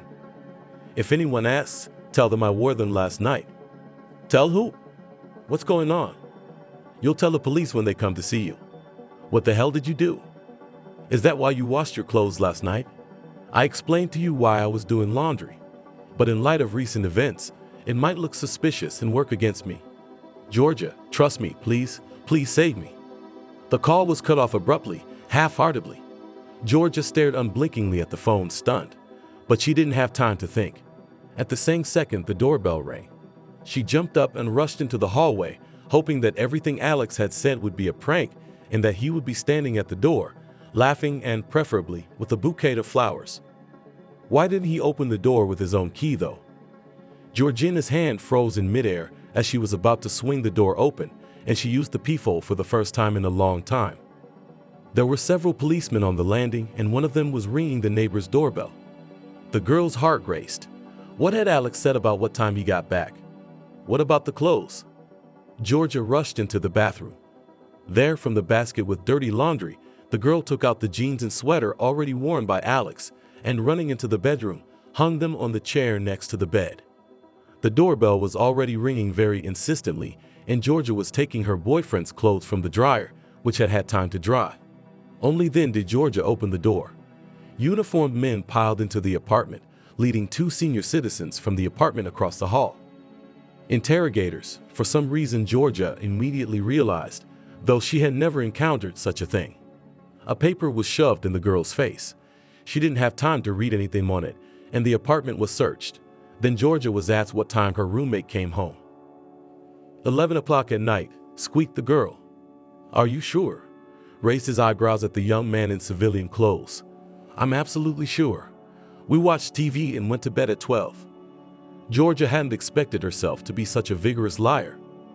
Alex's voice was always in her head, begging her to save him. When she was asked what clothes Alex had been wearing yesterday, she pointed her finger at the sweater and jeans she had taken out of the dirty laundry basket a few minutes before. The next day, first thing in the morning, Georgia was sitting in the office of the same young man who had interviewed her in the apartment during the search. She realized that he was the investigator in charge of the case. "But what kind of case? Can you finally explain to me what you're accusing Alex of? What happened?" "You don't know yet?" The investigator was surprised. "Wow. Are you living in isolation? The whole town is buzzing about this tragedy, about the 11-year-old girl who was found." "The same girl?" Georgia was horrified. "The one who was murdered last night?" "Yes, she'd been strangled and abused. She was found on the outskirts of town, behind an abandoned stadium." When Georgia realized what the coroner was trying to charge her boyfriend with, she was kind of relieved. If Alex had been accused of killing someone in a drunken brawl, for example, then yeah, she'd think she was covering up for the killer. But here, a girl. Alex couldn't have done that, so George is doing the right thing by saving him. All the investigator has to do now is find someone to pin this case on. Georgia nervously grabbed a piece of paper from the desk and began to write a statement that Alex had come home at 11 o'clock at night and had never left the apartment. The elderly investigator looked with mute reproach at the bowed head of this beautiful girl, carefully choosing and writing words on paper. "Are you sure of what you are doing?" the man asked quietly. "This girl, she's a child. Whoever did this to her is not a human being. It's a beast." "That's right." Georgia was furious. "That's exactly what I understand. Only a monster could do such a thing. What's Alex got to do with it? I'm telling you, he was home at 11 o'clock at night. What makes you think he had anything to do with it? I'll tell you why. This girl's mom is a nurse and she was on the night shift. As usual, she called a cab and put her daughter in the car. She herself personally escorted the cab driver to take the girl to her aunt's house, where Selena always slept over when her mom worked the night shift. It was 10 o'clock at night. The cab driver, as you yourself probably realized by now, was your Alex. He doesn't deny that, except he says he drove the girl to her destination. But she never made it to her aunt's driveway. At about 5 o'clock a.m., her body was discovered by a homeless guide who hangs around the abandoned stadium. He claims to have seen the prior pulling away from the stadium at 3:30 in the morning. Except the homeless man couldn't see the license plate number in the dark. Forensics says the girl was strangled after 2 o'clock a.m. and now, knowing all this, you're still going to say that Alex was home at 11 o'clock at night? Of course I will. Georgia was indignant. Listen to yourself. Alex put the girl in his car at 10 o'clock in the evening, and the crime was committed at 2 o'clock. How can you imagine that? What was he doing with her all that time? You don't want to know what he was doing, the investigator sighed. I wouldn't want to know it myself. I've worked in the police for a long time, but this is the first time in my practice. I'd rather retire than realize that such people walk the earth. Exactly. That's right. Georgia almost cried. They are. And my Alex is not like that. He's just a normal person. He has his faults, of course, but he's not a monster. He would never do something like that. There, I've written it all. I've written the truth. When will you release Alex? Well, the investigator curled his lips, running his eyes over the nervously written lines. We'll let him go soon, we'll have to. You provided an alibi for your Alex, but I advise you to think hard about perjury. There's no perjury. I wrote the truth. Let Alex go. Alex was released after lunch, and all this time Georgia did not leave the police building. She waited on a bench near the duty officer. As she sat there, she noticed a drunken black woman walking by with a loping gait, and having looked closely, I realized that the woman was not drunk at all. She was staggering from something else, and her face seemed black by association, as if blackened by grief. The woman was still young, a little over 30, and her beautiful blonde hair waved out from under a crookedly tied black scarf. Georgia didn't know why the word black came to mind when she saw her. Georgia had a suspicion who this woman, blackened with pain, might be, and she wasn't wrong in her assumption. It so happened that Alex, accompanied by a policeman, came out to Georgia at the same time as that woman, who came back from the depths of the building. When she saw the guy, she howled like a wounded she-wolf and threw herself at him, clawing at his hair. "Ooh," howled the woman, "it's you, it's you." The policeman accompanying Alex was barely able to tear her away from the guy, who looked around in a huff and made no attempt to defend himself. And the woman continued to rage, held by 2 policemen, as the duty officer jumped out of his booth at the noise. Why is he leaving? Why are you letting him go? What are you doing?" The uniformed man tried to reason with the grief-stricken woman. It's not him. The cab driver had nothing to do with it. He was already home at 11 o'clock p.m. here. The girl confirms his alibi. It's not his fault. It can't be. I feel it. I know it's him. He did this to my little girl, howled the suffering mother. Alex, who came to his senses, grabbed Georgia's hand and quickly ran out of the police building with her. Once outside, Georgia noisily sucked in fresh air and for some reason asked Alex in a whisper, "Is that girl's mom?" "Yes." "Oh my God, what grief. But why is she thinking about you?" "Come on, let's go quickly. We'll talk at home." Still dragging Georgia by the hand, Alex, moving quickly down the street. They reached the house on foot without a single word until they entered the apartment. And already there, as soon as the door was shut behind them, Alex immediately fell on his knees and wrapped his arms around Georgia's legs, burying his face in them. "Georgia, it wasn't me. I swear to you, it wasn't me." Do you believe me? Of course I believe you. Georgia almost cried. Otherwise, how could I confirm your alibi? Whoever did that to a child is not a human being. I've known you for years, lived with you, slept with you. You couldn't have done this. It was just a coincidence. And then there were your clothes, which you rushed to wash at night. Alex froze, his arms around Georgia tensed. I told you why I was doing laundry. Do you doubt it? I'm telling you again, Alex. If I'd had any doubts at all, I wouldn't have written anything to the police. It's a shame. It's a shame for that girl and her mom. Did you see her suffer? But it's not about you and me, Alex said, rising to his feet. We must forget this event like a terrible dream. I feel sorry for that poor woman too, but to accuse me only on the grounds that I gave her daughter a ride is stupid. Nevertheless, Alex decided not to go out taxiing for the time being, until the fuss died down in town. Georgia, on the other hand, had to go to school, where her classmates began to leer at her. Some wondered if Alex had actually been home that night. It was hard for Georgia to withstand the pressure, but it became even harder when, on her way home after school, she saw a familiar woman in a black scarf near her driveway. The girl wanted to rush past. She couldn't. The woman rushed toward Georgia, not letting her pass. It was a hard conversation, and the heavy gaze of a grief-stricken mother penetrating right into Georgia's soul. What are you doing?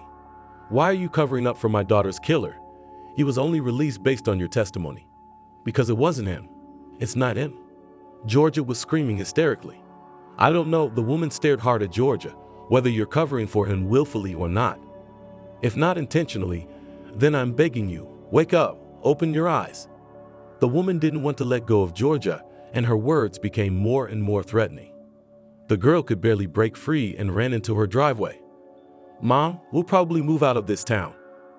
Alex has already filed an advertisement for the apartment, Georgia said without looking at her mother, and continued to roll out the dough for dumplings.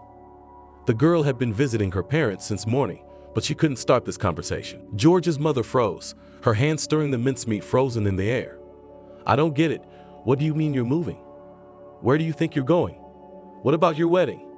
We've decided we're not getting married. We're going to get married, and that's it. No celebration. Alex got a good job offer, but it's in Washington. We're going there.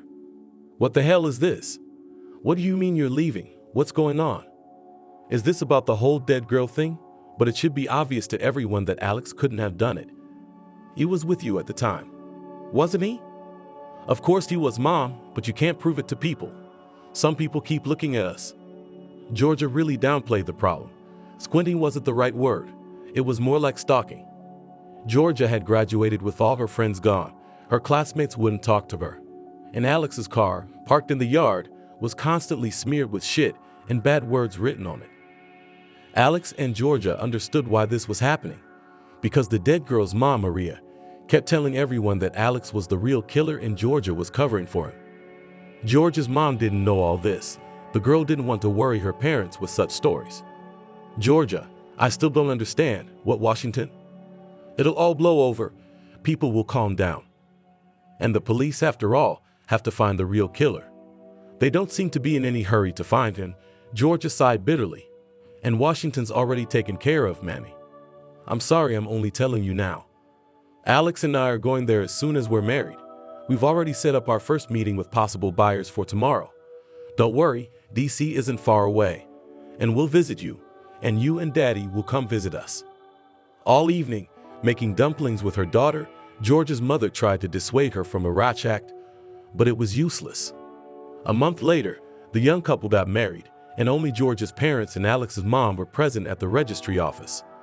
Neither friends nor girlfriends were there, and the same day the couple, who became husband and wife, left their hometown. They left to start from scratch, but not with empty pockets. They had money from the sale of an apartment and a car, so there should be no problems with housing. At the same time, in another part of the city, Maria, the dead girl's mother, was being processed for treatment in a psychiatric clinic. She was persuaded to go there by her own sister, fearing that the woman had begun to go mad. She spent all her free time at the cemetery, near her daughter's grave, and worst of all, she stayed there overnight. I can't go home, Salima is scared to stay here alone in the dark, Maria told her sister. And even more frightening was Maria's statement. I will kill Alex myself. People like him shouldn't walk the earth. What are you talking about? The police proved it wasn't the guy's fault. Of course, Selena had his marks on her body, but that can be explained. She was riding in his car before. Most importantly, the DNA didn't match Alex's. The killer's someone else. The investigator says he's looking for the real killer. Maria just chuckled at her sister's words. She knew for a fact that Alex was guilty. The woman remembered the evening when she walked her daughter to the cab. The driver had given the girl a carnivorous, inebriated look. Is he drunk? Thought Maria at the time. No, he can't be. He's driving. He must be imagining it. She dismissed the bad thoughts from her mind. Then she returned to the house and began to get ready for work, but the cab driver's gaze did not give her peace. The woman dialed her sister, to whom her daughter was on her way. Listen, go out to the entrance. Meet the cab car. I'm not feeling so good in my heart. Selena left in a Priora. The sister fulfilled Maria's request. She came down and stood near the entrance for a long time. And as she later claimed, no Priora had driven by. The cab driver claimed that he drove the girl, just for some reason, dropped her off at the corner of the house, as if Selena had asked him to do so. Maria was sure the cabbie was lying. She saw him as a beast in her heart. And when the woman told everyone she was going to kill Alex, she wasn't lying. She was preparing for it. Maybe she would have done it already, except Alex stopped leaving the house. Maria often sat hidden on the playground in the yard of his house. Only his girlfriend came out of the entryway. The woman looked at her and wondered whether she was covering for her boyfriend intentionally, and could not make up her mind. And then Maria went into a psychiatric hospital.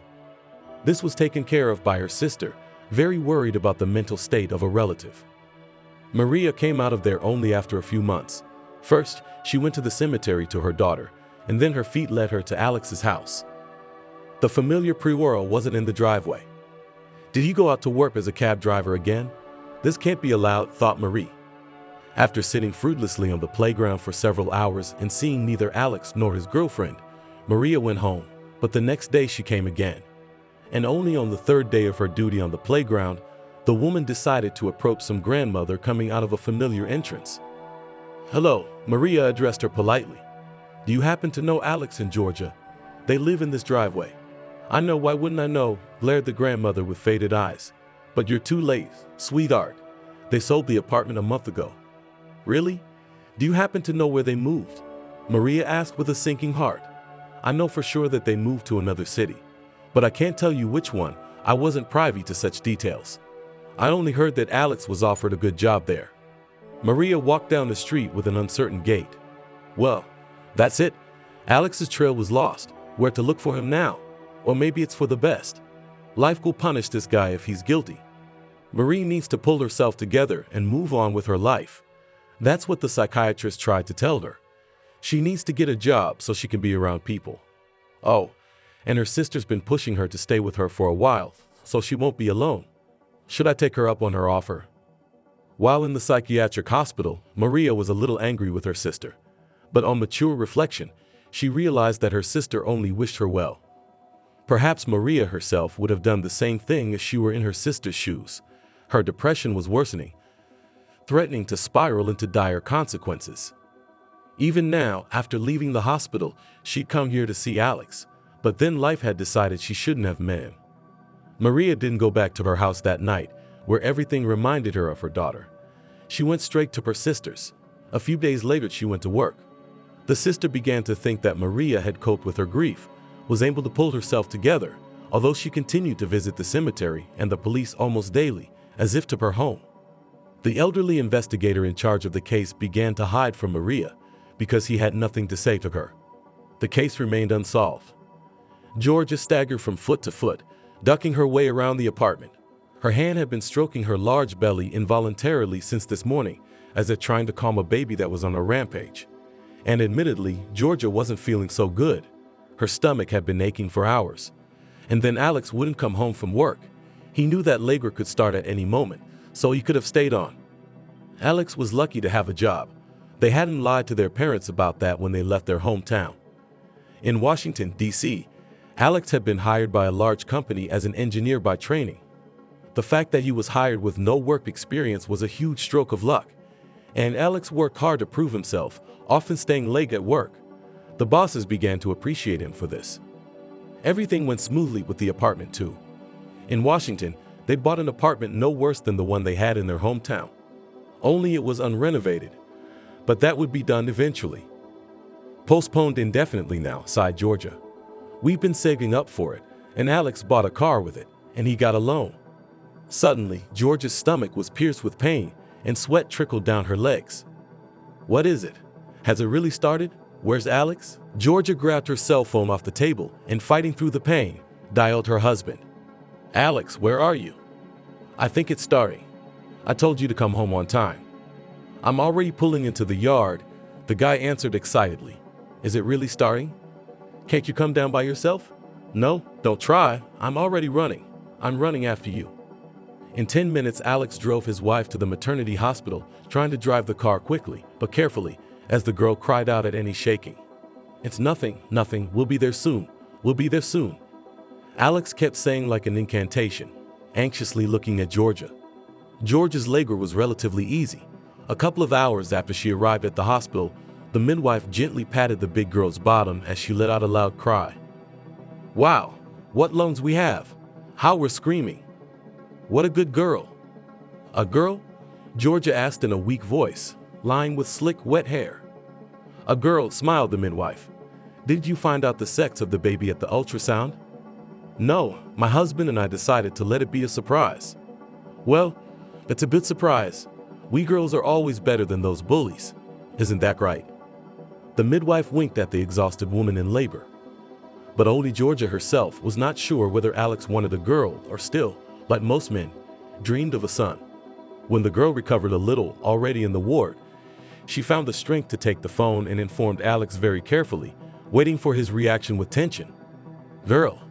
Great, shouted her husband into the phone. I have a daughter. Thank you. Georgiusz, I'm so happy. When can I visit you? Is it okay if I report to work tomorrow? I have to celebrate the birth of my daughter. Celebrate? Georgia was surprised. Are you going to drink? That was really weird. He hadn't had a drop to drink since that terrible event in their hometown, the day Alex had been blamed for it. It just sort of came out of the blue. Georgia didn't demand it of her husband, but Alex didn't drink. That's why the girl was so surprised now. No, how can you not drink in honor of such an occasion? Don't worry, I'm not going to get drunk. I'm going to get my coworkers drunk. Let them all be happy that I became a father. Whether Alex got drunk the next day or not, Georgia never found out. But most likely he was drunk because he didn't call her for almost 24 hours. And when he did, he spoke in a muffled voice. The girl turned out to be healthy and Georgia was discharged on time. Alex came to the discharge with a bunch of balloons and a huge bouquet of roses. He gently took the baby in his arms and looked into her face with delight. How small she is, the boy whispered. My daughter. Let's go home. Your mom's waiting for us. Georgia's mom came to stay with them for the first time after the baby was born, to help her daughter, which Georgia was very happy about. Yeah, and Alex didn't mind. He was one of those rare sons-in-law who found it easy to get along with his mother-in-law. He was a great dad, too. After his daughter was born, he stopped working late. Alex flew home with all his legs and did not let the baby out of his arms all evening. What an attentive dad Alex is. Georgia's mom nodded her head with a smile. It's rare to meet such fathers. Your dad was afraid to hold you until you were a year old, and here, look, does not leave the baby. The girl remained a baby for almost a week. The young parents could not agree on a name for the girl. For Alex, it seemed super important, and he offered his own names, which, well, just categorically did not like Georgia. The mother-in-law was getting tired of listening to the arguments of young parents. My daughter cannot be called an ordinary name. Her name should be the most unusual and beautiful. After all, she herself is an unusual beauty, said Alex, suggesting old names from which Georgia only wrinkled her nose. But at one point, she was interested. What did you just say? What was the last name you said? Alice? Alex perked up. Alice, Alice, as if tasting us, Georgia repeated several times. Why, you know I like it. Maybe we'll call it that. No way. No way. Georgia's mom looked out of the other room. Finally, you two agree on something. Will you share with me what name you like? And so, a week after she was born, the baby girl became Alice. Georgia's mom, after staying with the young ones for a couple of months, decided to go home under the persistent pressure of her husband, who wouldn't stop calling her. But she promised to come back often. The woman liked being with her daughter's family. Alex and Georgia had lived quite peacefully before, but with the arrival of a child in their apartment reigned happiness. Alice grew up and developed quite well. By a year, she was running around the apartment, waiting for her daddy to come home from work. Daddy came, and the first thing, right in the hallway, knelt down on his knees and spread his arms apart, and to him ran, pouring with happy laughter, Alice. Georgia always looked at this with a smile and rejoiced, though she was a little jealous of her daughter. It seemed to her that Alice loved her daddy more than she loved herself, though she still sat with her on maternity leave and didn't even think about going out to work yet. Georgia had never imagined that Alex would be such a father. He was a father to Alice. One evening, watching her husband lying on the floor, trying to build with her daughter something from the constructor, Georgia suddenly thought, and this man was once tried to accuse of such atrocities. What a good girl, I was not afraid to defend him, not afraid to lie. I was right. Alex has become the kind of father you'd expect to find. If the coroner saw him now, he'd be ashamed of his suspicions. Georgia's mom was walking down the street when a young woman's voice called out to her. Looking closer, the woman recognized Anna, an old friend of her daughter's with whom Georgia had stopped talking after the famous events. "Hello, how are you?" "How is Georgia doing?" asked Anna politely. "Everything is fine, Anna," the woman smiled.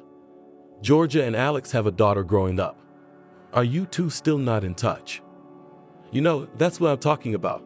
I miss Georgia so much, and now I'm about to go to Washington. That's where they moved, right? Well, I'd really like to see her. Could you give me Georgia's address?" "Yes, of course," rejoiced Georgia's mother, who was a little hurt that all her old friends were no longer in touch with her daughter. "I'll text you the address now." The woman pulled a notebook out of her bag, took out a piece of paper, and quickly scribbled down her daughter's address in Washington. Olia literally snatched it out of her hands and, muttering something, hurried away down the street, although Georgia's mother was determined to have a long conversation. The woman was so eager to share how happy her daughter was living. Only, this girl hadn't been interested in her former friend's light for a long time. With a quick step away from the woman, she went around the corner of the apartment building. There, shuffling from foot to foot with impatience, Maria was waiting for her. "How did it work out?" she asked hopefully as soon as Anna approached her. "It worked. Why not?" Anna replied. "Give me the money." Anna took the large bill from the stranger's hands and left, not the least bit interested in why the stranger needed Georgia's address. To be honest, Maria didn't fully understand it herself. What was it that kept her from living her life in peace? Why did she want to see Alex so badly? Years passed, and the woman did not calm down. Well, the saying time heals didn't work for her. It didn't work for her. Selena dreamed of her nights, screaming, calling for help. Maria stretched her arms out in longing for the cab to leave. And Alex, not without him. She dreamt about him almost every night, too, smirking, smug. Maria learned to live alone. She learned to go to work, to communicate with people, to behave as before, but her heart would not calm down. Soon the woman would have a vacation, and she, not fully aware of her actions, made an attempt to find out Alex's address. The attempt was successful. The woman stared at the piece of paper with the address on it. This was where her daughter's killer lived. Should she go there? Maria didn't know the right answer to that question, but she knew she would go. Maybe she wanted to see that Alex was also unhappy, that the past did not give him peace of mind, that he received some kind of punishment, at least moral. It can't be that having done such a thing, this guy lives enjoying life. A week later, Maria went on vacation, and a couple of days later the train took her to the not-so-distant Washington. She arrived in the city early in the morning, and having left her things in the luggage room at the station, first of all went to the address written on a slightly wrinkled paper. Approaching the apartment building, the woman did not count on luck. Most likely, she would not see anyone on the first day. At this time, as a rule, all people go to work. However, Maria was wrong. She was just calculating the entrance she needed, and Alex himself came out of it. The woman shuddered, afraid that the guy would recognize her. However, his eyes slid over her indifferently. Alex stopped, holding the door, and a little girl of about 5 years old followed him. "Hurry up, daughter, or we'll be late for kindergarten," Alex told her. Maria felt as if she had been stabbed in the heart. She walked a little farther and stopped, pretending to tie the laces on her high boots. The woman continued to watch and saw everything. She saw how Alex, shaking his head at the sight of the huge puddle, did not hesitate to grab the girl in his arms so that she would not get her feet wet. How he lovingly placed his daughter in the child's seat and buckled her in for safety. In all of this young man's movements, a great love for the little girl slipped through. The car drove away, and Maria stood frozen in place. Tears of resentment came to her eyes. So that's how it is. Well-dressed, well-fashioned Alex is quite happy. He carries his daughter in his arms, smiles at her, having deprived Maria of her girl. Why is that? Why is that? What kind of injustice is that? When Maria came here to this town, she hoped at least that Alex was unhappy too. But he's got a daughter growing up. A daughter, not a son. What kind of a mockery of fate is this? Marie had nowhere to go, so she went back to the train station. Sat there in the waiting room and sat for a long time staring at the electronic scoreboard and not seeing it. The woman's thoughts were far away. 7 years had passed since her daughter Selena was gone, and her soul had not calmed down. And now it would be worse. Maria knew that for sure. How could one live knowing that a murderer was here enjoying the happiness of family life and fatherhood?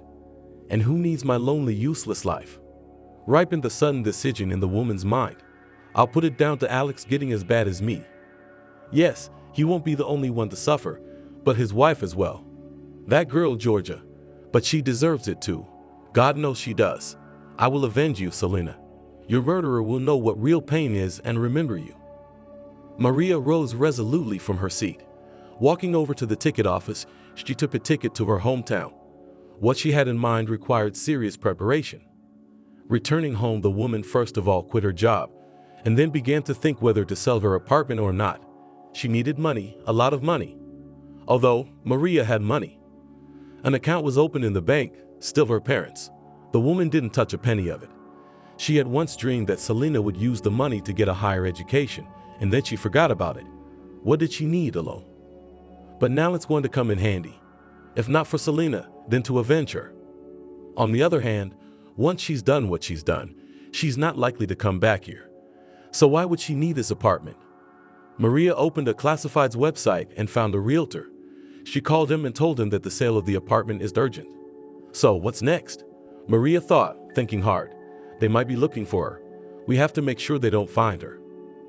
Then the woman remembered the visit of her distant relative, which he paid her about a year and a half ago, once again released from prison.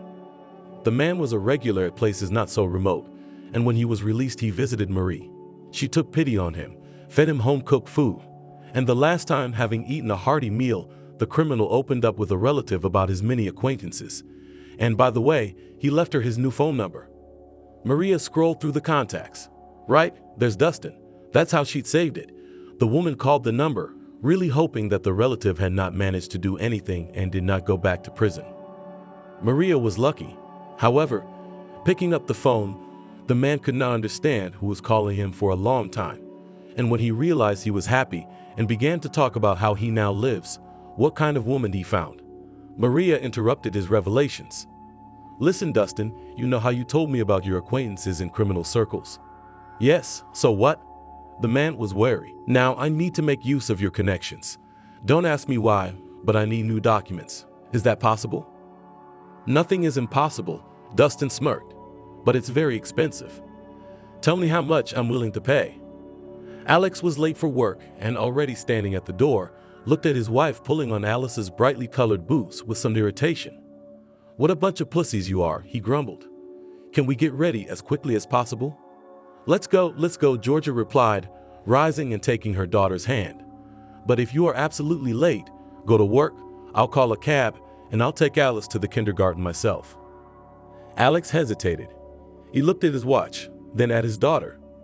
No, don't, the young man replied. My princess shouldn't have to take a cab when Daddy has his own car. Right, Alice? Yes, Daddy, smiled the girl. I'll be in a hurry now, really, you won't be late. The family went down the elevator, and as soon as they got out of it, Alex grabbed his daughter in his arms. Daddy, I'm already big. I can walk with my legs, Alice whimpered. It's okay, you'll run around in kindergarten, and now we are in a hurry. Getting into the car, Alex nervously looked around. He had a bad feeling lately. It seemed that a malevolent look was staring into his back. "Oh, come on, that's ridiculous." The man dismissed his suspicions. "I'm beginning to see something. I'm overworking, I guess." Alex did work a lot, but it was worth it. The apartment had long ago been made expensive repairs, and the man's car was already much more solid than in the beginning, when they just moved to Washington. The family lived well, and little Alice did not need anything. Her father fulfilled her every whim, which was often dissatisfied with Georgia. So the other day, she and her husband had a dispute over a cell phone given to their daughter. "Alex, but it's too early for Alice. No one carries a cell phone to daycare." "But my daughter will," Alex cut her off. "And if anything goes wrong, she'll call her daddy." "Yes, Alice?" He winked at his daughter. A little later, Alex regretted his words. Alice called him nonstop and distracted him from his work. Now, taking his daughter to kindergarten, the man decided to talk to her. "Alice, listen, I am very glad that you have learned to call on the phone, but let's make a deal with you so that you will call me only in extreme cases, when something really serious happens. The rest of the little things like Frank getting cereal on his face, you'll tell me in the evenings when I get home from work. Deal?" "What's an emergency?" the kid was wondering. "What serious thing would have to happen for me to call you?"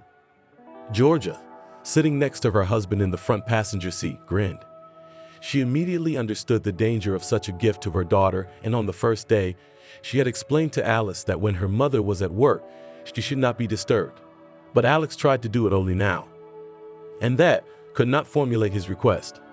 "Look, Alice, seriously is when, for example, you hurt yourself. God forbid, of course, or someone's hurt you. That's when you call me. Daddy will take care of it." "Okay, Daddy, I understand." Alice nodded importantly. "Frank was mean to me just yesterday. He said I'm a chatterbox because my mouth never closes. When he insults me like that, can I call you?" Georgia was already laughing openly, and Alex sighed heavily. "No, Alice, you don't understand. It doesn't count as an offense, but if Frank had beaten you." As they talked, the family drove to the daycare center. And although Alice was taken there by her mother, Alex hurriedly jumped out of the car to kiss his daughter. Already entering the gate, Georgia looked back. "Alex, will you wait for me, or are you running late?" "I'll wait for you, of course I will. Just hurry up. Don't take too long." "Understood," said Georgia and turned to her daughter. "All right, Alice, let's go. Feet, feet, feet, hurry, hurry. Daddy's in a hurry." Georgia was happy. Why shouldn't she be? A full house, a handsome, loving husband who couldn't get enough of their child. The girl went to work. She got a job in the personnel department of the very enterprise where Alex worked. He was the one who got her the job. Georgia's salary was small, but it did not embarrass them. Alex received more than well. In the HR department, her female co-workers looked at her enviously when her husband would pick her up on his lunch break and they would go out to eat together. There was a lot to envy. Alex, who had once been just a handsome guy, had turned into a very prominent young man. Georgia jumped out of the daycare center without paying attention to the cab car that had just stopped behind Alex's car. For some reason, no one was in a hurry to get out of it. Maria was in the cab, and she was paying the fare and stalling on purpose, not wanting to get out until Alex and his wife drove away. Just because he didn't recognize her didn't mean Georgia wouldn't either. Women tended to be more attentive, and Alex himself had been acting a little twitchy lately, always looking around when Maria was watching him. It seemed that the man could feel her angry, hateful gaze. Finally, Maria saw the car ahead of her drive away. Then she too got out of the cab. There they were, the gate of the garden. Maria had already examined this very garden from the outside, coming here every day as if it were work. The woman already knew the schedule of children's walks, knew all the teachers by sight. The woman already realized in whose shift she would try to take Alice away. Of course, the shift of the youngest one, who was always on the phone while the children were walking. Children usually walked in the yard. It was necessary to go around the block, and there, from behind the usual fence, easily visible playground for children. There, before lunch, the children who were taken out for a walk played noisily. Opposite the fence was a park. You could walk in it without arousing suspicion or sit on a bench, which Maria had been doing for more than a week. The woman knew the weak spot in the fence, and what there was to know. She herself, with her own hands, bent a leaf, having come here one evening, when there was no one in the garden except the elderly watchman. Now, the only thing to do was to choose the moment when Alice would come close to the gap in the fence. Maria was on duty every day, but there was no chance. Either the teacher was from vigilance or the girl played far from the fence. And so, in the second week of her observations, Maria noticed Alice near the fence. The woman's heart beat faster. She raced toward the garden. It was now or never, Maria decided. The teacher was the same one, a young woman who paid little attention to the children. The woman pulled back a leaf and called out in a loud whisper, "Alice, come here, girl." The child wondered who it was calling her name. The girl approached and, tilting her head, peered through the hole. "Who are you, Auntie? How do you know my name?" "I'm an acquaintance of your daddy's. He's waiting for you around the corner, and he's got a surprise for you. Come on, get out of the hole. You and I will go to him." The girl incredulously furrowed her brow, looked at her unfamiliar aunt. "Why is he waiting for me around the corner? Why didn't he come for me himself?" "I told you, Daddy has a surprise for you. Why do you doubt it? Your dad's name is Alex and your mom's name is Georgia. Isn't that right?" "Yes, it's true," nodded her head importantly. "And what surprise has my daddy prepared for me?" Alice became very curious. "All right, so be it. Pretend sighed Maria, I'll tell you. But you still be surprised when Daddy presents." "Okay. Daddy brought you a beautiful fluffy kitten.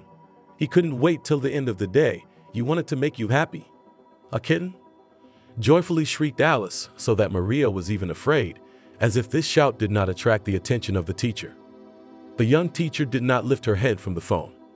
The little girl slipped unnoticed through the hole in the fence and trustingly followed the unfamiliar aunt, waiting for a kitten from her daddy. Georgia was on her lunch break, so she and her husband were having lunch at a cafe not far from the business where they both worked. The girl's cell phone was on the table next to her, and Georgia was a little surprised to see the name of her daughter's teacher's fatherland pop up on the screen. Still, her heart didn't sense trouble until she picked up the phone. Georgia listened in silence for a while. Then her face changed. "What are you talking about? How could this happen?"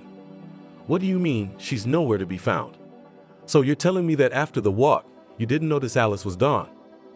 And you only realized she was gone when you saw the empty bed when the kids went to bed at bedtime? Are you serious? Stop crying and find my girl. We'll be right there." Tensely watching his wife's conversation, Alex jumped up from his seat, almost knocking over the table. What's wrong with Alice?" Georgia raised frightened eyes at her husband. "The teacher says she's missing. Allegedly, after the walk, Alice didn't go indoors with the others." Wait, how can that be?" Alex excitedly took his cell phone out of his pocket. "I'm going to dial her now. I'll call Alice." "You forgot, she has her own phone now." The man started calling his daughter, putting her on speakerphone. The husband and wife listened tensely to the long beeps and were already desperate when the other end picked up the phone. Alice, daughter, answer." "Where are you?" Alex shouted. "Alice can't answer now," said a very vaguely familiar female voice. "Who are you? Why you have our daughter's cell phone?" "Maybe because I have your daughter. I took the girl's phone away from her. She won't need it anymore," the woman replied. "Who the hell are you?" "Did you kidnap my daughter?" "Yes, you're right. I kidnapped Alice, except she's still alive, unlike my Selena. Remember what you did to my little girl?" Suddenly Alex understood. He realized what had made him so uncomfortable the last few days, when it felt like he was being watched, and something else. That face had flashed recently, flashed somewhere in the courtyard of their house or somewhere else. The man couldn't remember. He hadn't recognized Maria at that moment either, but now her face was clearly in front of his eyes.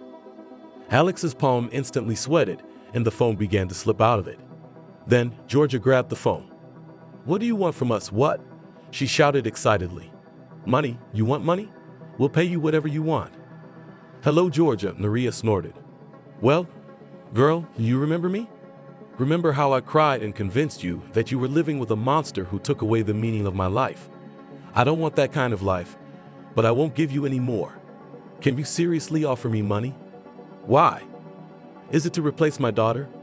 You think money can replace your Alice? That's just it. What do you want from us then?" Alex shouted.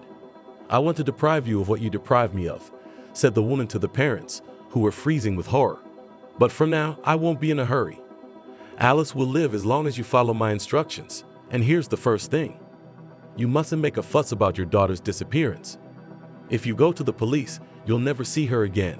I buried my daughter and I'll let you bury Alice. Is that understood? How can we not make a fuss? There's already panic at the daycare center. I wouldn't be surprised if the teachers call the police before we get there. That's your problem. You have to handle it the way you want. That's your concern. Take my word for it. If you go to the police, you won't see your daughter alive. Don't try to sneak around, I'll find out. I'll turn this phone off now and call you next time tonight. Then we'll talk about the next steps. Maria disconnected and immediately, following her word, turned off Alice's phone. Of course, she was bluffing. How could she know whether Alex and Georgia would go to the police or not? But she understood the psychology of parents who were afraid to make an extra move now. It was unlikely they would disobey her instructions. Maria hid the phone in her bag so Alice wouldn't find it, and only then went to the other room. There a disgruntled little girl was whining. "Auntie, where's Daddy? You promised me. I promised you a kitten, and here he is." The woman showed her hand on a fluffy ball curled up on the girl's lap. "Why don't you play with it?" "I've already played. I want to go home to Mommy and Daddy. When are you taking me to them?" "Your mom and dad had to leave town, and they asked me to take care of you. So cry me a river, you're gonna have to live here." "Then why did you take my cell phone?" "I want to make a call." "You can't call. I told you. Your parents are busy. Sit still. If you want to eat, I'll feed you now." At this time on Alice's lap moved awake from the conversation gray kitten, and the girl switched to him. "Yes, I want to eat and my kitty also wants to eat. And what does Cody like?" "Kitty likes milk, and I made you some milk noodles." When the phone buzzed, Alex threw the phone furiously on the cafe table, as if it was his fault for the sad news. "What is it?" muttered the shocked Georgia. "That woman must be out of her mind." "Probably crazy," Alex answered. You can expect anything from crazy people. "Hurry up, let's go to the daycare center.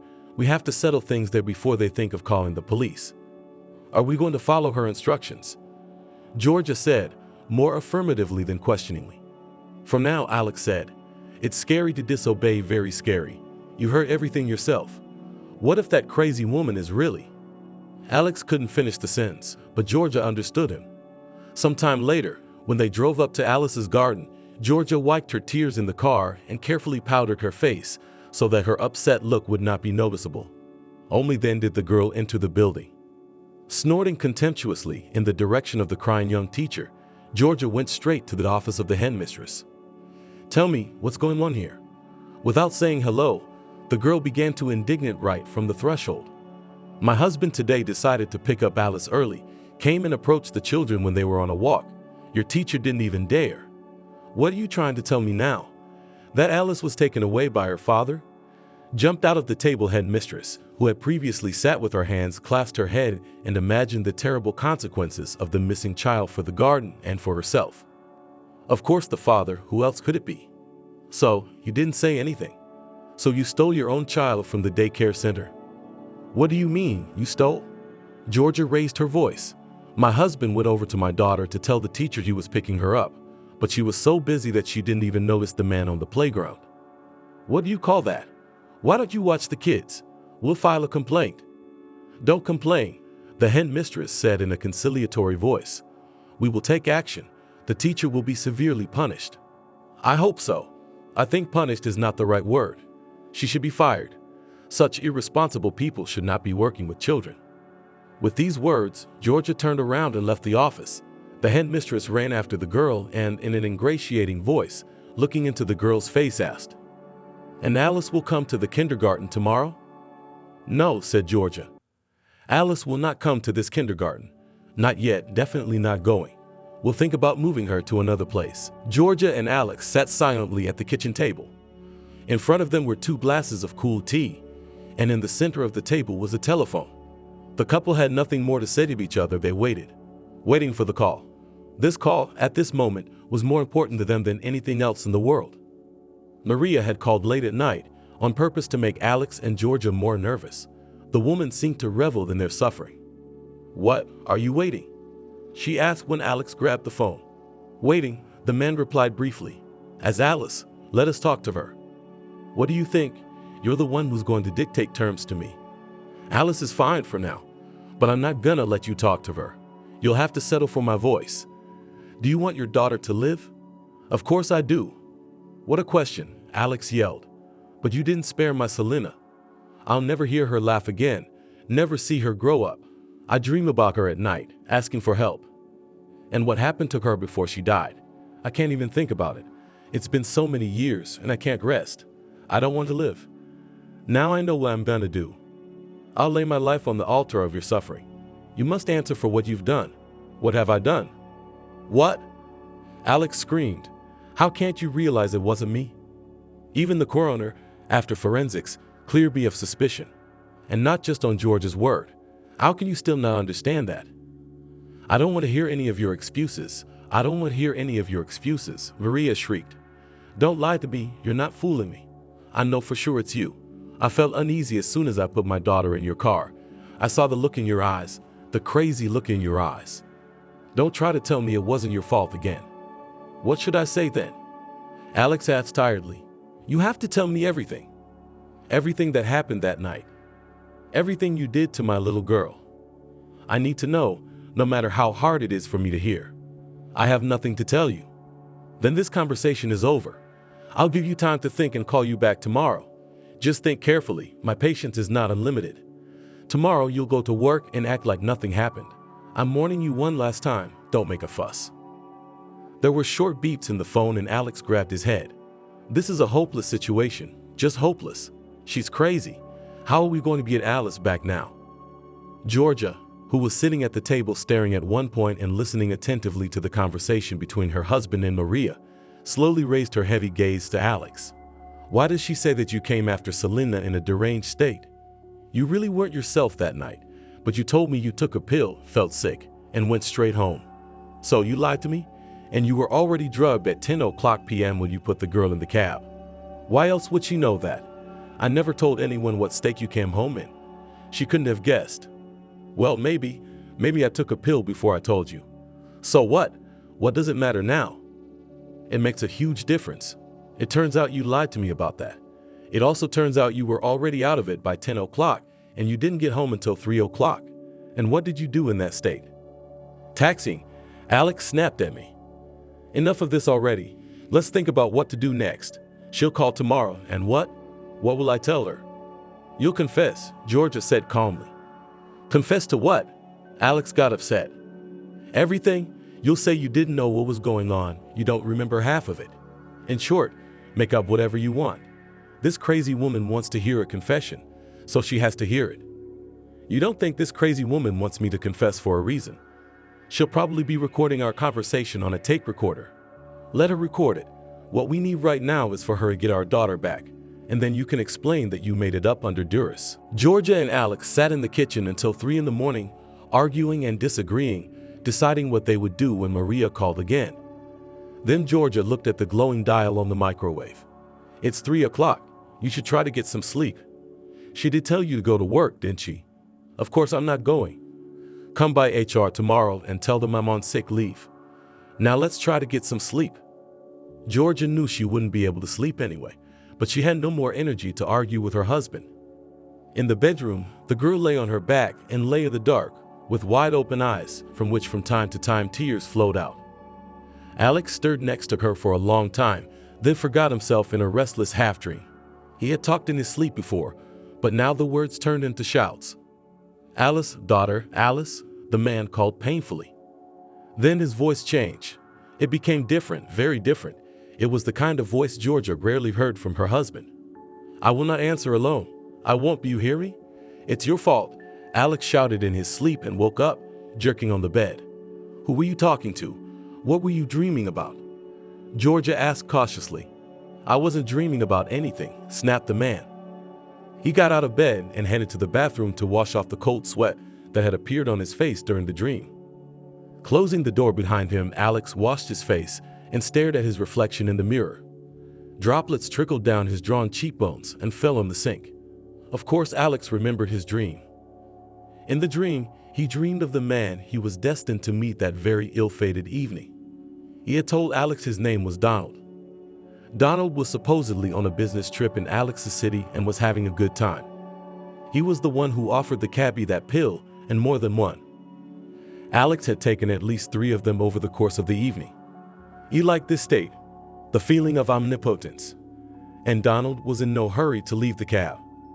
That's when the guy got a call to an address he already knew. "Oh, there's a girl to pick up. I've been there before. You pick up the girl, take her to a relative's house. Her mother pays in advance." "A girl, you say?" Donald's eyes lit up. "Let's take the girl together." "That would be strange." Alex hesitated. Her mother is seeing her off, and there's a man in the car besides the driver.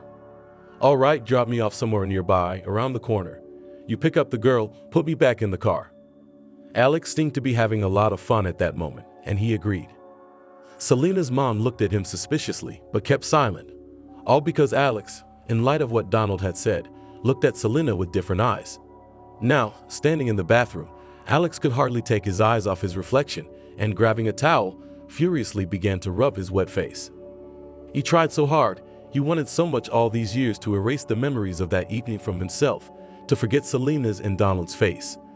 And now it all came back with such clarity. When he pulled around the corner, he put Donald back in the car. He didn't get into the front seat, but climbed into the back, next to the confused girl. "Oh, what a pretty little girl we have here," the man sang, holding out his arms to Selena. And Alex laughed, laughing, watching in the rearview mirror at what was happening in the seat. How much fun he was having at that moment, how omnipotent he felt. Alex washed his face once more and left the bathroom, trying to be quiet so as not to wake up his wife, who was napping as he thought. However, as soon as he stepped into the hallway, he came across Georgia standing there in the darkness. "What are you doing?" the man asked in a whisper. "What are you standing here for?" "Tell me everything. Tell me what happened that night," Georgia said in a grave voice. "You know everything. What else do I have to tell you?" Alex was frightened. "No, as it turned out, I don't know anything. And the worst thing is that I don't know you at all. You talk in your sleep, Alex. And now you've confessed everything when you were asleep. I heard everything." Georgia lied a little. "What could I have been mumbling in my sleep?" the man asked with a nervous chuckle. "I don't know what I was dreaming about." "Stop lying," Georgia raised her voice. "Our daughter's life is at stake right now. The life of your beloved Alice. Now I can understand the pain of that poor woman who stole Alice. Maybe she's crazy, but who are you? How could you hurt a girl? It's a child, Alex. How could you look at her with lust?" Georgia purposely did not turn on the light in the hallway, so that her husband would not see with what horror and disgust she looked at him. She was rethinking a lot of things now, after her husband's Bormodorgia in the dream. But more than anything else, she wanted Alex to refute all of her horrible guesses. She wanted her to be wrong. And her husband suddenly shouted, "What are you talking about? How could I look at the child with lust? It wasn't me, it wasn't me. It was another man, my client, who did it by slipping me those damn pills. I wasn't thinking straight. I didn't fully understand what he was doing." "So it happened in your car?" Georgia asked, trying to keep her composure. "No, of course not. It started in my car, but when I realized what Donald was up to, I took him and the girl behind the abandoned stadium. By then it was getting dark outside. We got out of the car. It all happened there." "Were you there all the way?" "Georgia, listen to me. I'm telling you, I didn't know what I was doing." "Yes, I was there. Donald asked me to be a part of it, but I didn't. No, I swear. I was horrified myself when I realized what that business trip guy had done. But you know, when he was done and he was getting in the car, the girl was still alive, and I was afraid she'd point the finger at me. Donald's not a local. He's not a local. He took the train and he was gone. Look for him later. I told Donald about it, and he suggested I finish the girl myself. But I couldn't. You hear me, Georgia? I couldn't. Donald had to do that too." "What? What did you say?" Georgia whispered. "You asked that man to kill the girl so she wouldn't recognize you, so she could stay alive. Georgia, you saw me that night. Did I look like myself? You think I didn't curse myself that night? You've lived with me for so many years. Am I such a bad person? Yeah, I was scared, so what? Anyone would be scared." "Anyone?" Georgia squealed. "Did you say anyone? Anybody couldn't have been in your place. Are you a bad person? As it turns out, you're not a human being at all. I don't know who you are. Why did you confess everything back at the police station?"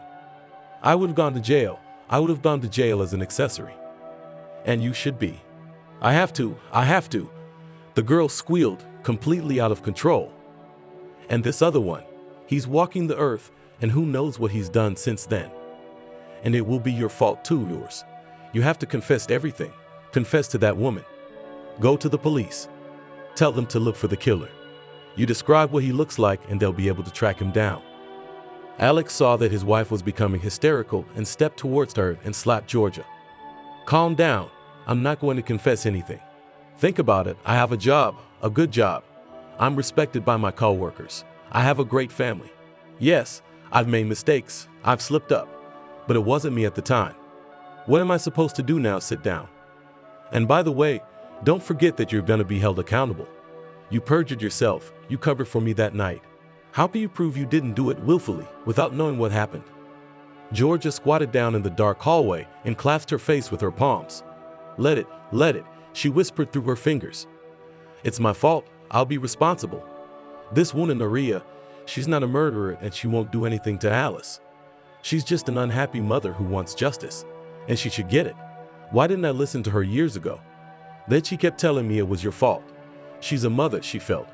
You're not a human being. You're a monster. Alex hovered over his wife, his hands involuntarily clenched into fists. For the first time in his life, a man wanted to hit Georgia. To hit her so that she would shut up.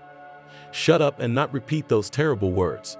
He was already sorry he told her everything under her pressure. Somehow it seemed that having lived with him in peace and harmony for so many years, his wife would understand him, would accept the only mistake in his life. Shut up, the man yelled. I don't want to talk to you anymore. You should be on my side. But you're right about one thing. That crazy woman isn't the killer. She can't hurt Alice. And I'm a fool for going along with her. I'll go to the police in the morning. They'll find her quickly and give us our daughter back. You're going to the police? Georgia raised a tear-stained face. You'll report your daughter's kidnapping and you'll tell them about your guilt? Will you confess? That's it, Georgia. That's it. Calm down. The man leaned over and took his wife by the shoulders, trying to get her to her feet. Georgia recoiled from him. Don't touch me, she squealed again. Okay. Alex raised his palms in the air. I realize what you just found out may be a shock to you, but you need to think it through. Have I been a bad husband and a bad father to Alice? I've provided for you, taken care of you. I'd give my life for my daughter. Then do it, Georgia hissed. Admit what you've done for your daughter and for the suffering soul of a poor woman. How have you lived with it all these years? How? Didn't Selena come to you in your dreams, in your nightmares? I crossed that moment out of my life, crossed it out and tried to forget it. It wasn't as hard as you think, because it wasn't me at that moment. You know, I stopped drinking after that night. It was scary to be even a little bit of what I was that night. Alex cautiously tried to approach his wife once more, but Georgia pulled her hand forward warningly. Stay back. More than anything, I want to jump out of this apartment and go somewhere far away, to forget everything I'd learned last night. Except, unlike you, I can't live with that. I can't. Georgia staggered backward and went into the bedroom, shutting the door tightly behind her. Her husband stood there, frowning his eyebrows and staring at that door. Georgia was out of her mind, suggesting he give in. He hadn't expected her to react that way. Though maybe if he went to the police now with a confession, Maria would immediately bring Alice back. Her thirst for revenge would be satisfied. And him? Why should he suffer? That mad woman wouldn't touch his daughter anyway. It's strange that he didn't realize it right away. When Alex went to the police and filed a report about his daughter's kidnapping, they were very surprised. Why did you come to us right away? Especially since the kidnapper called from your daughter's cell phone. Even if she turns off her cell phone, we'll be able to pinpoint her location. Now, we can only hope she hasn't gotten rid of the phone by now. She hasn't. Alex grinned wryly. She's supposed to call from it again tonight. And how much money is she demanding from you for the girl? What did you promise her? That you would raise the necessary amount? She doesn't want money. That woman is crazy. She thinks I had something to do with her daughter's death and wants me to confess. But it's not true, Alex hastened to assure her, seeing how the policeman frowned at his last words. My innocence is proven, but this woman, unfortunately, it is impossible to prove anything. She's crazy. If she's crazy, that's a different matter. It's scary. I don't know what's in her mind. But on the other hand, she may not have thought to get rid of the phone. When the police burst into the apartment Maria had rented long before, they were very surprised. The woman was sure that neither Alex nor Georgia would go to the authorities, fearing for Alice's life. Maria judged for herself. She certainly wouldn't have gone if she'd been told her Selena's life depended on it. The cops opened the door and flew into the apartment. Alice was in the kitchen at the time, eating delicious cutlets that the strict, but at the same time absolutely not evil Aunt Maria had fried for her. Kodja, who was rubbing against the girl's leg. He also had some cutlets. One of the men in uniform came into the kitchen and took the girl in his arms. "Don't be afraid. Your name is Alice, right? I'll take you to your mom and dad." "And I'm not afraid," replied Alice.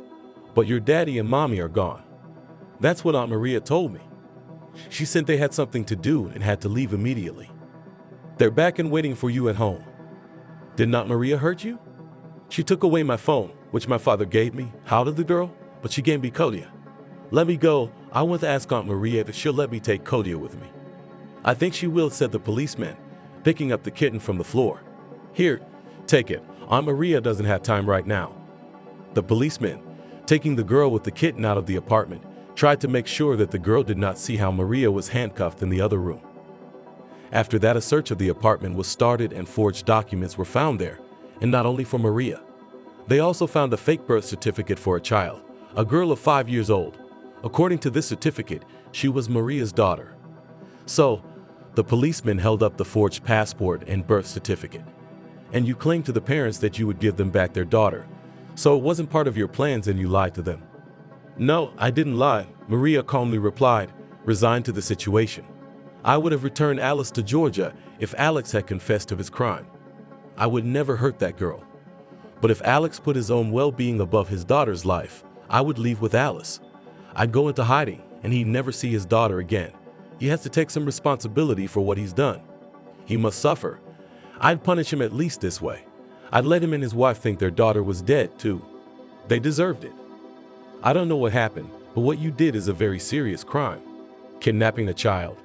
And I don't know what you wanted from the girl's father." "Okay, we'll figure it out." "You'll figure it out." "You will?" The woman laughed a sinister laugh. "My Selena died so brutally, and you've been dealing with this for years. I'm tired of knocking on every door and proving that Alex did it. No one believes me. My little girl's murder still goes unpunished. And now you're telling me you're gonna figure it out? What the hell do you have to figure out?" The policeman glanced warily at the woman who was laughing her creepy laugh. She had seemed quite normal to him before she laughed. "She must be crazy," he thought. "The girl's father isn't lying.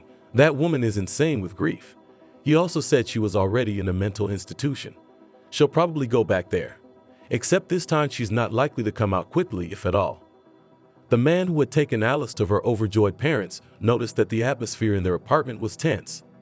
Yes, of course, both of them rushed to meet Alice, and both of them were overjoyed. Only here, between the couple themselves as if a cat ran, it was noticeable even from the outside. Alice alone did not notice anything. The girl was happy to be back home. "Daddy, when did you come back? And where did you go without me?" "Aunt Maria said you wouldn't be back for a while." "Aunt Maria said?" Alex frowned. "What else did she say?" "Nothing else. She gave me a kitten. His name is Kodja. Here."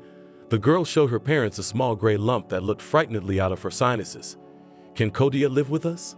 "Of course, let him live," smiled exhaustedly Georgia. "So Aunt Maria was good to you?" "I already told my uncle the policeman. Aunt Maria took away my cell phone. She's strict. Why did you decide to leave me with her?" Alex opened his mouth, ready to speak about Maria, but his wife gave him a warning look and prevented him from saying a word. Quickly speaking, "It happened, Alice, it happened. We were in a great hurry. You tell me, are you hungry? Did Aunt Maria feed you long ago?" "No, just now. She fried me some cutlets, and she let Kodja have one too." Georgia saw that her daughter was quite well with Maria and did not want to traumatize her with stories about the kidnapping and that this woman could harm her. The child didn't need that information. Let her think that Aunt Maria is actually an acquaintance of theirs, and in all likelihood, she couldn't hurt the girl. Maria wanted to hurt Alex, make him confess, not hurt the child. And to some extent, Georgia understood the grief-stricken woman, though she didn't approve of her methods. But putting herself in Maria's place, she could not clearly answer how she would have acted in her place. It was frightful to imagine that she could have lost Alice, and in such a monstrous way. In fact, anyone could go crazy here. Alex could not look at his daughter back home, but his phone was ringing off the hook. The man got tired of ringing and picked up the phone. "Okay, I'll be right there," he said curtly. "It's urgent to get to work." The man turned to his wife, who hadn't spoken to him since the night before. "The papers need to be signed. Drive Georgia through." As soon as her husband, hastily dressed, left the apartment, Georgia said to her daughter, "Alice, we're going to Grandma and Grandpa's now. Come on, get your things together." "And Daddy, why is not going with us?" wondered the child. "Daddy can't. He has work. You heard yourself. He will come to us later, when he has settled all his affairs. Let's put your things away." "And Kodia?" The girl whimpered. "We're not leaving Kodia, are we? He's coming with us to his grandparents." "Let him go," sighed Georgia tiredly, "but just so that we would not be dropped off the train with your Kodia." "Okay, on the way we'll stop at a pet store and buy a cat carrier." When Alex returned home a few hours later, he found neither his wife nor his daughter at home, only a mess in the apartment. It was obvious that Georgia had packed hastily, but still, she had time to scribble a note to her husband. "I'm taking Alice and going to my parents' house. Don't try to follow us. We won't live with you anymore anyway. I do not know how to live on with such a burden. Go to the police and confess what you did." Dustin was trying to make borscht. It wasn't his first attempt, but unfortunately for the pensioner, it wasn't as good as his late wife's. She had borscht, but the man's was just red water. His wife died a long time ago before Dustin retired. So the man continued to work even at retirement age, because no one was waiting for him at home. But the last case knocked him out of his rut and forced the investigator to retire. It was the case of the murdered girl. The apartment doorbell rang. The man was glad someone remembered the old man and decided to visit him. Maybe one of his co-workers. Dustin opened the door and stared at the unfamiliar young woman. Why unfamiliar though? He'd seen her somewhere. I wish you could remember where.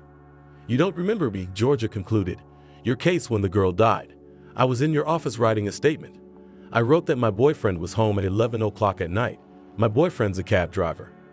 "Yeah, don't go on. I remember," Dustin said. "I apologize for coming to your house. I know you're retired, but you're the one I wanted to talk to. Come in now that you're here." The man stepped aside, letting the girl enter the apartment. Georgia talked impulsively, confusedly, poppily. It was evident that she had prepared for this speech in advance. She stopped talking abruptly.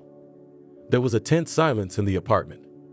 Dustin sighed heavily and lifted his head to Georgia, who was blushing with excitement. "I suspected something like that at the time. No, I didn't think your Alex was guilty, or I wouldn't have let him go so easily. There was, some DNA mismatch, but I saw you lying. I saw it. So what now? I'm retired. Why did you come to me with your confession? Help me. Come with me to the police station and we'll tell the story together. You know how it's done, who to go to. I'll sign everything. I'll confess everything. Is it true you've lived with this man for so many years and didn't realize he might be involved? You're ready to confess, but do you realize you'll be tried too? The crime is heavy, and for giving false testimony in such a case, you could face a real term or correctional labor. I'm ready." Georgia bravely looked her former investigator in the eye. "I know, and I'm ready to answer for my guilt. Let Alex do the same. And most importantly, you must find the other one. My husband said his name was Donald. The new investigator, he'll be looking, won't he? This case, how you say, isn't it out of date? There's no statute of limitations on such cases," Dustin said sternly, rising from his seat. "Wait for me here. I'll change my clothes, and we'll go with you to the police." The next day, Alex was arrested. It was a complete surprise to the man. No matter how his wife behaved, he was sure that she would not go to the police. After all, then she would have to answer to the law too. Alex thought that Georgia would cool down a bit, rethink everything, and come back to him. He was a good husband. Alex was transferred to his hometown, and there, the new young investigator came in for his first interrogation, along with the one who had once handled the case. "Dustin, I think his name is," Alex remembered. "I know what you're trying to accuse me of, but it's no use," he grinned. "My wife and I had a fight, and she decided to ruin my life. She's lying." The young investigator, who had hoped for a heartfelt confession, was confused. A lot of time had passed, and in fact, Except for George's words, there was nothing to present to this polished man.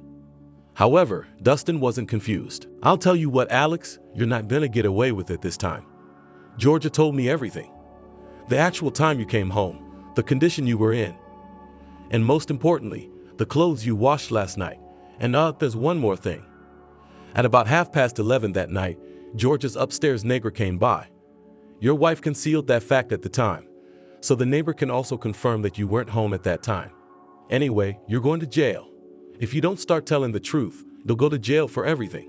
I'd already know there were two of you and you were a passive observer.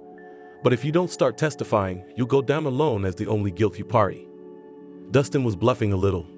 George's testimony wasn't enough to convict Alex, but he didn't know that. The pale Alex felt like the circle had closed and became truly afraid.